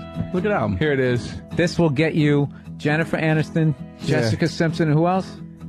That's enough. I think that's it, but that's enough. He's popped a few more. I sound like Dave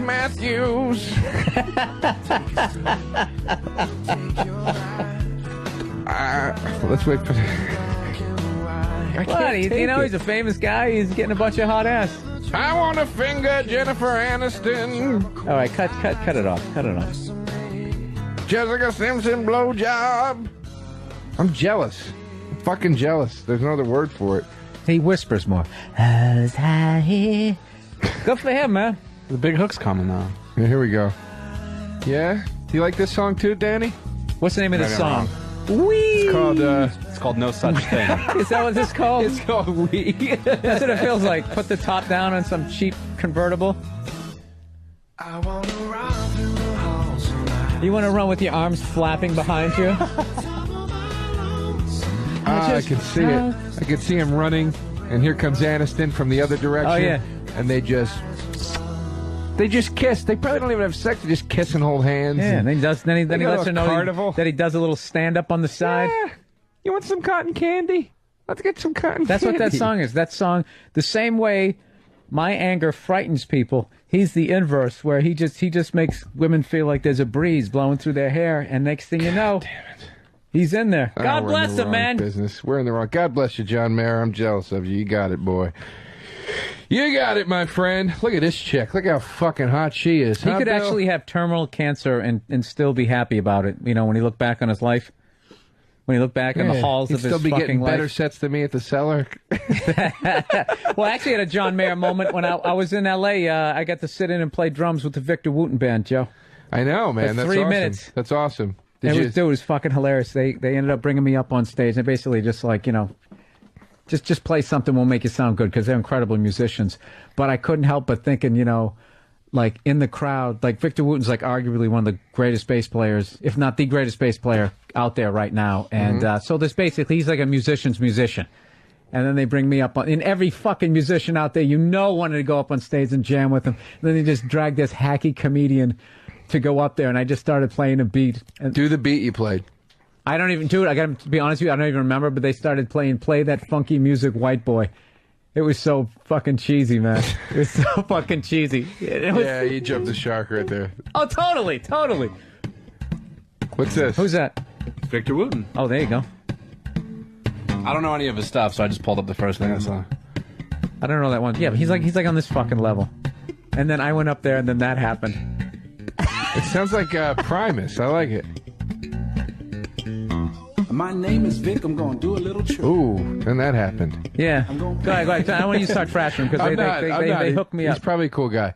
But that part sounded like Primus. That Yeah. No, he's played with like everybody. So that's pretty cool, man. That's pretty cool. I got to do. Yeah, but I was sitting there feeling like you know, John Mayer does stand up. There's stand ups who like resent it.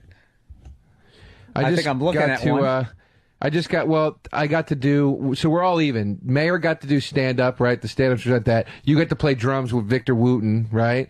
So the musicians resent that. And then I just got to do a part on a TV show with Dave Navarro, just because they thought I was a funny comedian. So how many fucking actors? So when it comes all the way around, you can't hate John Mayer. Dude, it was a party scene, and there were like 16 people just, you know, background. You know how fucking pissed they would have been if I was like, I don't know, they just got thought I was funny. But that's what I'm saying. So you can't get mad. You can't get mad at John Mayer. Yeah, I like all the lines. Oh, boy. Yeah, you're right, John Mayer. God bless you. You're doing it. You're doing it. All right. So I don't know. I thought you were gonna be a little more angry about that, Joe. But you know what? The therapist came in here and she sucked the life out of you. You know, we got it. Well, I'm not angry at the guy. I'm jealous of him. But we all make the good point. You got to do something that you shouldn't have got to do. I got to do something I had no business doing. We should do the monologues bit. We want to. That's our new reoccurring thing. Oh, our new reoccurring as thing. We talk about stand-up comedy. This is basically for people who didn't listen to our last episode. We're trying to predict. You got three people, kind of. You don't know who's going to win. McCain, Obama. Right. And who's the other one? Clinton, right? I have not watched one fucking debate. I just can't watch people dance around questions. But, anytime there's a new president, they always have like those awful monologue jokes. So we're going to predict January of 2009. Yeah. Awful monologue jokes. And who are you going to be impersonating, Joe? What late night personality? I'm going to do Craig Ferguson again. Craig Ferguson. I'm going to do Jay Leno because we're both one-dimensional. Yeah. And we can, okay. Let me hear your first one. What are you going to do? What do you got? You got a Barack? I got a Barack one. Okay, let me hear you, Barack. This is for you people listening. These are some of the awful monologue jokes you can look forward to in January 2009. Let me try to get into this accent. Folks. Wait, before we go, Oh, Danny, you got okay. All right, we're ready to go. Folks, big debate. The big debate now, it's all about the gas prices. You know, Hillary's trying to pass a bill that says she'll save us 30 cents a day in gas. Barack's against it. Barack actually wants to take 30 cents a day away from us. I say, hey, I live in L.A. I'm used to giving black guys 30 cents a day. Sometimes it's $1. A lot of homeless folks there, eh? I don't know why I said eh. That's so bad, dude. All right, I'll give you even worse. Okay, here's my Barack Obama joke. As Jay Leno, The Tonight Show. You're going to hear this joke in January 2009 because we see the fucking future on this show. Barack Obama is he's the first African-American president, everybody. Yeah, give it up for him. Yeah. Spokesman for Denny's said, we don't give a shit if he's the son of God. We're still not serving him pancakes.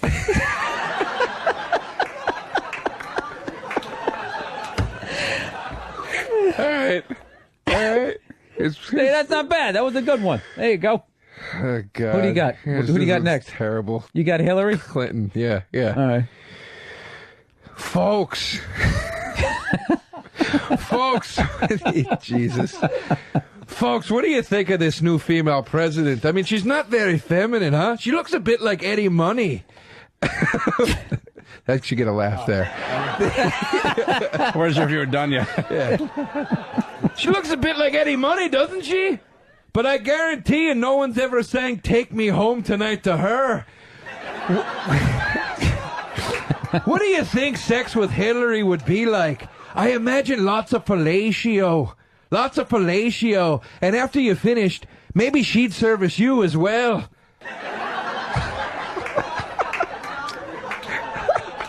Was that clear that I was saying that you'd be blowing her? I don't know. There's something about your monologue jokes that are eerily as bad as monologue jokes. All right, I got I'm trying to get in the head of the character.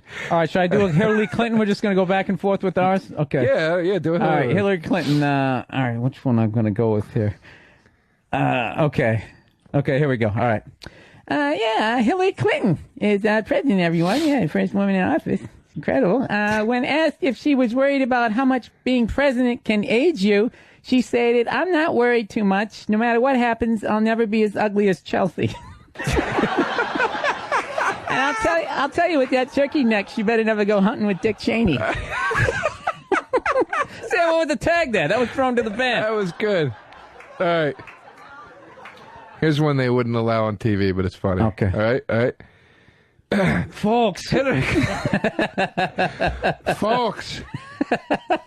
Hillary Clinton was asked in an interview today, now that you're president, I mean, how are you going to do it? I mean, it's really a man's job. You got to be tough. And she said, easy. I'm a cunt.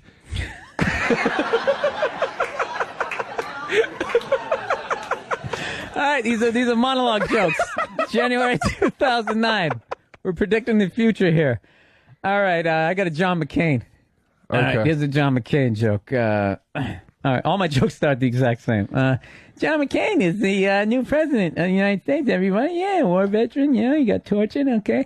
When asked what he likes to do to relax during his off time, President McCain replied, I like to meditate, get a massage, and when I want to laugh, I watch The Killing Fields.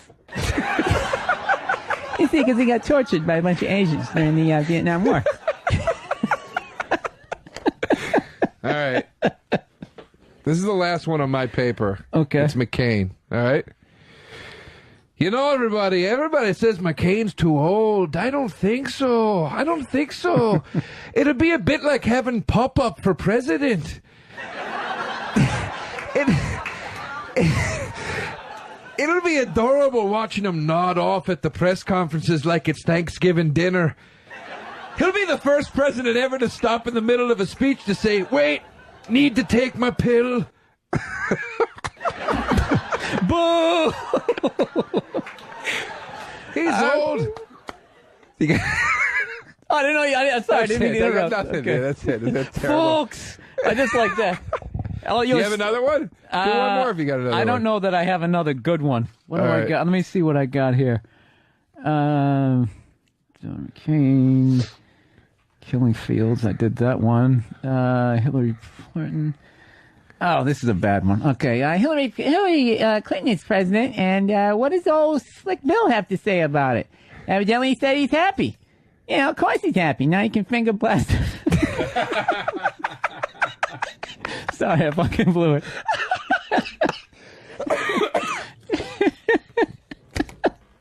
All right, what is that? What does old Bill have to say about it?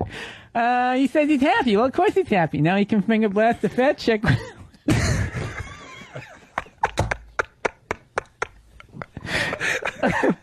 Without having to worry about all those pesky phone calls. Insurgents are attacking. Hey, pass that on to Hillary. You say he doesn't have to answer the phones because he's not president anymore. There you go. Come on, round of applause. You got that in there? There we go. Monologue jokes. January 2009. Oh, that's fucking beautiful. Dude, I think those were pretty funny. That's beautiful. If only the goddamn monologues. That's beautiful. Coming up, we're gonna close it out with Women Who Ruin Porn today. Oh, you know what's bad too is the one I picked. We were just in the back room because we're kind of doing this show on the fly. I actually picked the porno, and you guys were actually like, "No, I didn't actually find this offensive." Folks, we'll talk. We should talk about that when we play the clip. You know what? Oh, I had an idea though. I had an idea about these monologue jokes things. Mm-hmm. Are you still doing the show right now? Yeah. Okay. You just started sounding like you were pitching shit. No. I'm saying I have an idea. Hey, dude, I'm right back in the show. For the listeners. I'm back into reality. Yeah, we're doing this. For the listeners, honestly, what do you think of this? I've never told you. I'm pitching it to you on the air. Okay.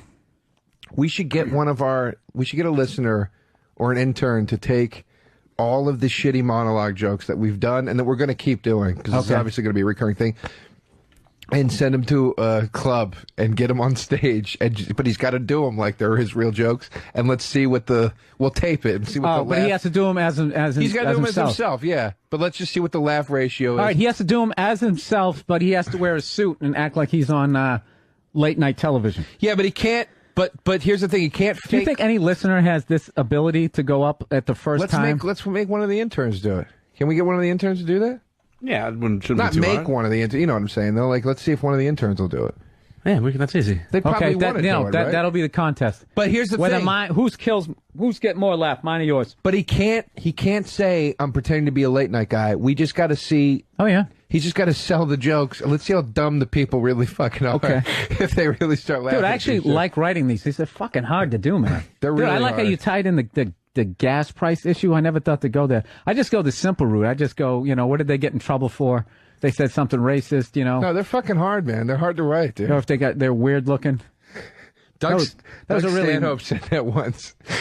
When he was doing I saw him doing a show, and he was talking about doing the Man Show. Oh, he's so funny, man. That guy's and awesome. He goes, I hated doing that fucking. She goes, do you know how hard it is to write shitty comedy? It's fucking impossible. Oh, to deliberately write bad stuff? He's like, you're trying to write this dumb shit for the show, and he's like, it's, it sucked, and it's impossible. It's so fucking hard. Well, especially when you're in the mindset of that guy where he's like he's not even basic cable. Like half the stuff that guy said wouldn't make it on. And I'm saying that in a good way. If, people listening, man. He's fucking hilarious. It's, that stuff. That's like I always tell you, like when people talk to you about working clean versus working dirty, and I actually wrote a blog about this, Joe, and you can see it on myspace.com/Burr. No, I actually realized that, that's what I realized. You ever go to a college and you work totally squeaky clean and you still get complaints? Yeah. That's when you realize that working clean doesn't only mean don't curse. It also means, don't have any opinions that are going to offend. I would go on stage and I would literally not even say heck. I'd probably say that, but I mean, I totally clean it up. And then they would just come up to me and be like, yeah, we just thought that, you were promoting cruelty to animals and violence against women. And it's like, you told me not to curse. I didn't curse. And then I would still end up getting complaints. Because I'm a rebel, Joe. I'm one of those comics, man. I make society uncomfortable. Well, you learn as you go. You're supposed to trash me there, Joe. Now I sounded like I actually meant it. I knew you were kidding. Oh, okay. I was but no, with your finger? That's no. That's the thing with the college. You learn as you go is what I'm trying to say. Is that you just have to be yourself, because you can't. What are you going to do? Because if you sell this fake version of you, then you get to the school or the gig, and then they're like, well, we don't want the real you. We want the fake you that you sent us on the tape. Oh, but you got to sell them the fake one because you got to pay your rent. You know? It's hard. You know how many knackers I bombed at? They got these things out there for all our listeners. They got these things on knacker. And you basically go, there's all these representatives. I'll just tell it to you, Dan, so I don't feel like I'm talking to people out in TV land there. Okay. They have like all the representatives from the colleges, the talent agents, and you go up there, you do 8 minutes. Like a showcase sort of? Yeah, like 6 minutes, and you try to get all these schools. And basically, if you go up there and you do your real act, you don't get any schools. People come up to you like, well, I thought you were funny, but, the people at the school, blah, blah, blah. So what you do is they teach you basically what you learn out of that is if you want to work is to be a phony jackass. And even your agents tell you that. They go, just go up there, just do all your nicest, cleanest stuff. And then once you get booked, then go in there, then do your real act. So that's how you end up getting the complaints because you sell yourself basically doing, hey, Hillary Clinton is president. Hard. You go up there like that, and then you show up. You So start hard. talking about your I've had to pass up money before though. I've had some corporate things that were offered to me for like fucking $3 or $5 grand for a half an hour, but they'd be like, you can't. It has to be all positive. Jesus Christ. Stuff about like one they were like it's like $3,500 and they were like, I was like, great. Can you be clean? I was like, sure, I can be clean. Where'd you have to go to get it? It was in Pennsylvania. It was close. So you don't have to pay for a plane ticket? No, and I was like, I can be clean, but they were like, here's what we want. You can't talk about religion. You can't talk about children in a negative way. You can't talk about sex in any way. Nothing political. Nothing defame. It was like crazy. I was like, well, what do you guys want me to talk about? They're like, we want you to do like inconveniences during flying, what it's like to work in an office. And I was like, sorry, this hurts me to say this, but I can't. So just... You said no to the gig? Yeah, what was I going to do? You know what you should have done? You should have gone, do what we just did there. You just mock it. $3,500? I would have gone up there and just tried to have the most fucking craziest anger I could have over like fucking like an end table. Just get up there and just start screaming, what's the deal with end tables? And just keep screaming that shit. You collect your $3,500, you get out. Yeah, I guess so, I don't know. I kind of knew the chick that was booking. I didn't want to fuck her with her company, I just figured it was better to just walk away from it. I'm an honest guy, Bill. I'm an honest guy. Are you? Yeah.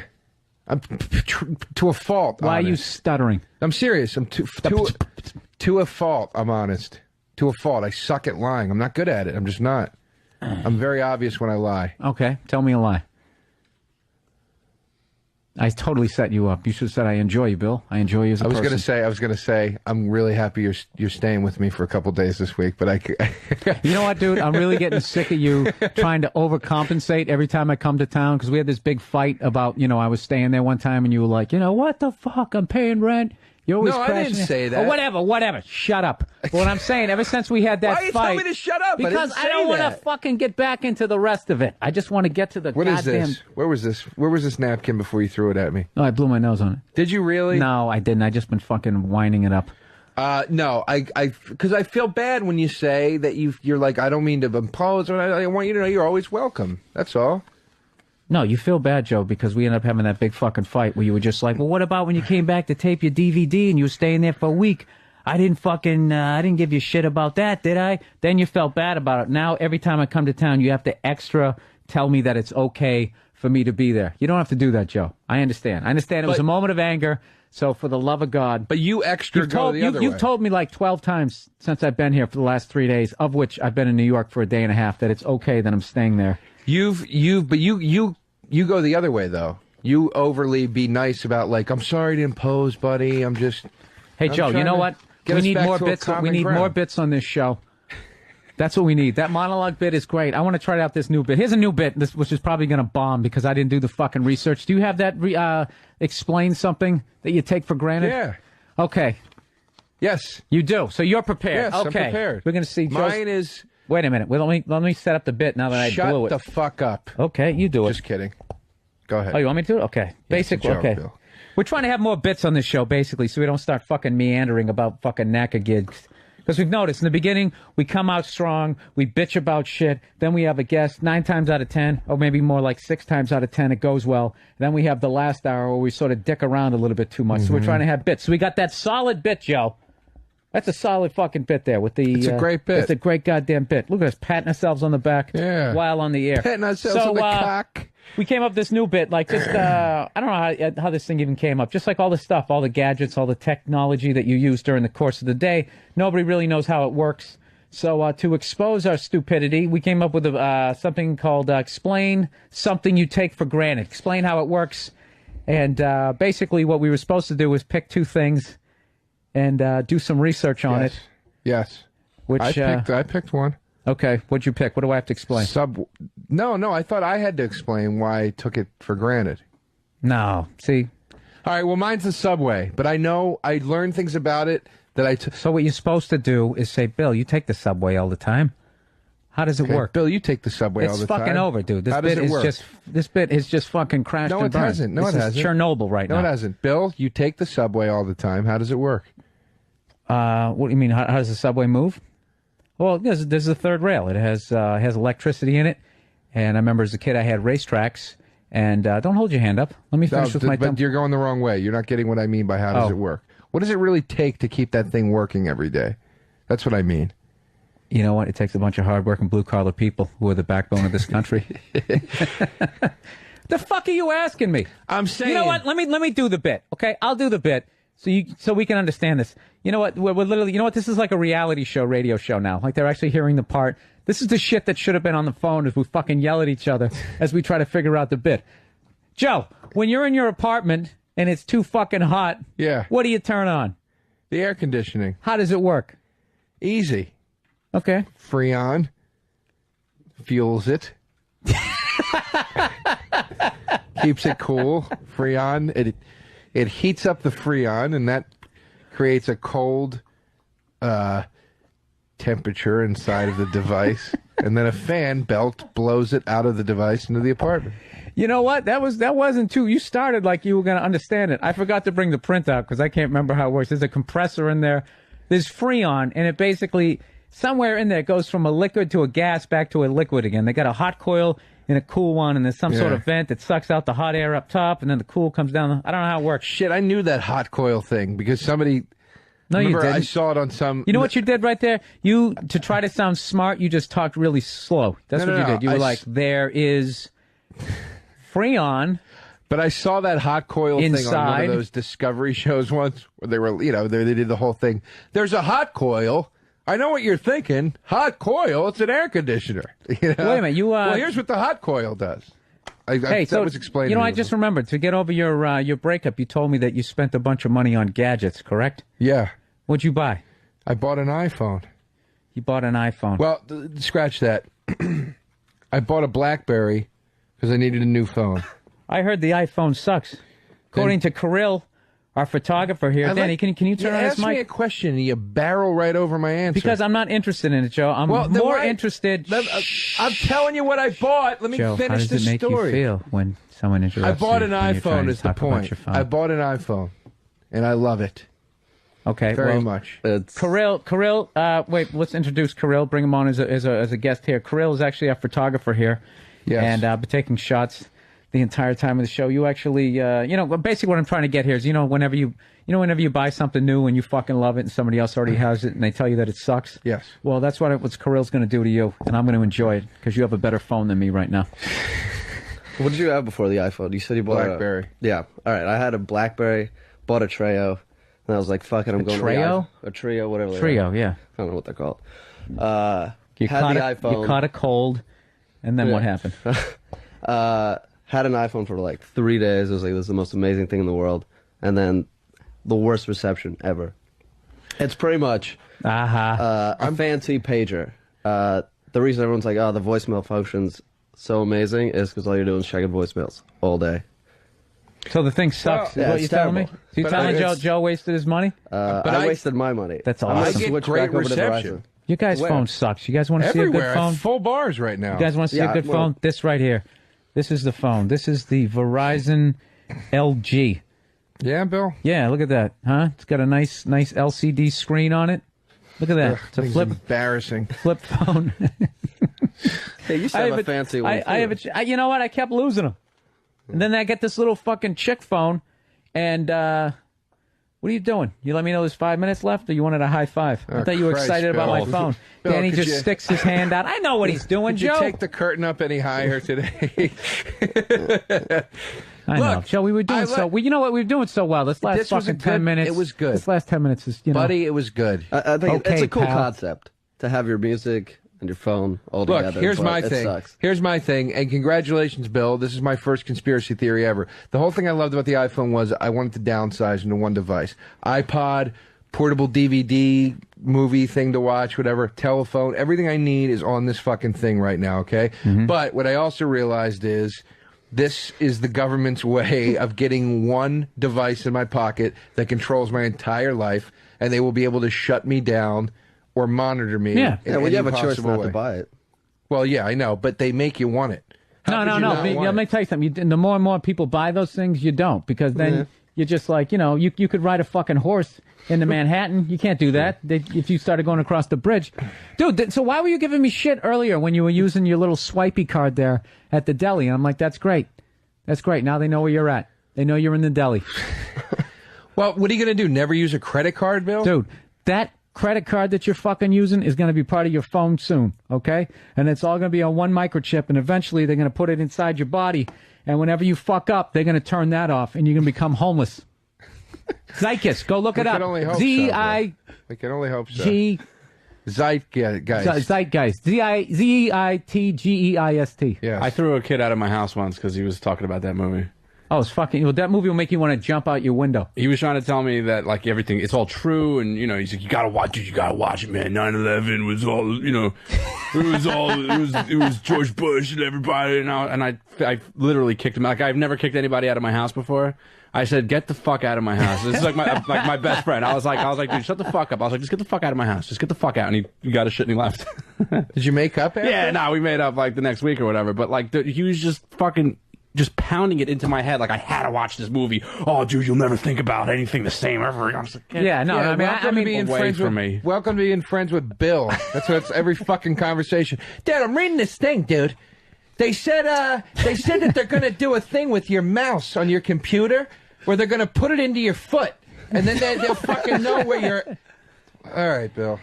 All right, everybody, we're running out of time on this one. We want to thank everybody for listening. We're going to try to do another fun-filled edition of Women Who Ruin Porn.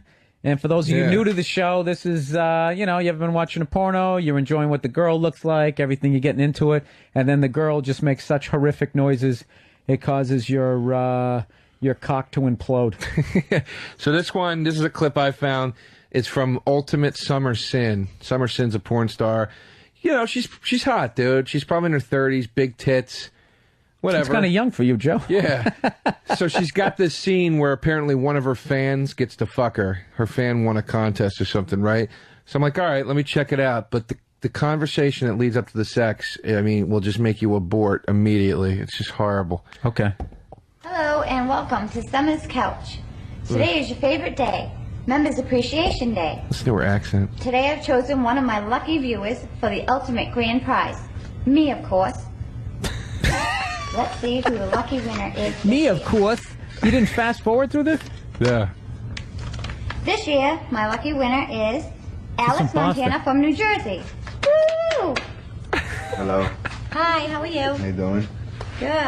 How do you feel about winning my ultimate prize? Well, I'm definitely excited. I mean, I jack off to you every single night. You do? Yes, I do.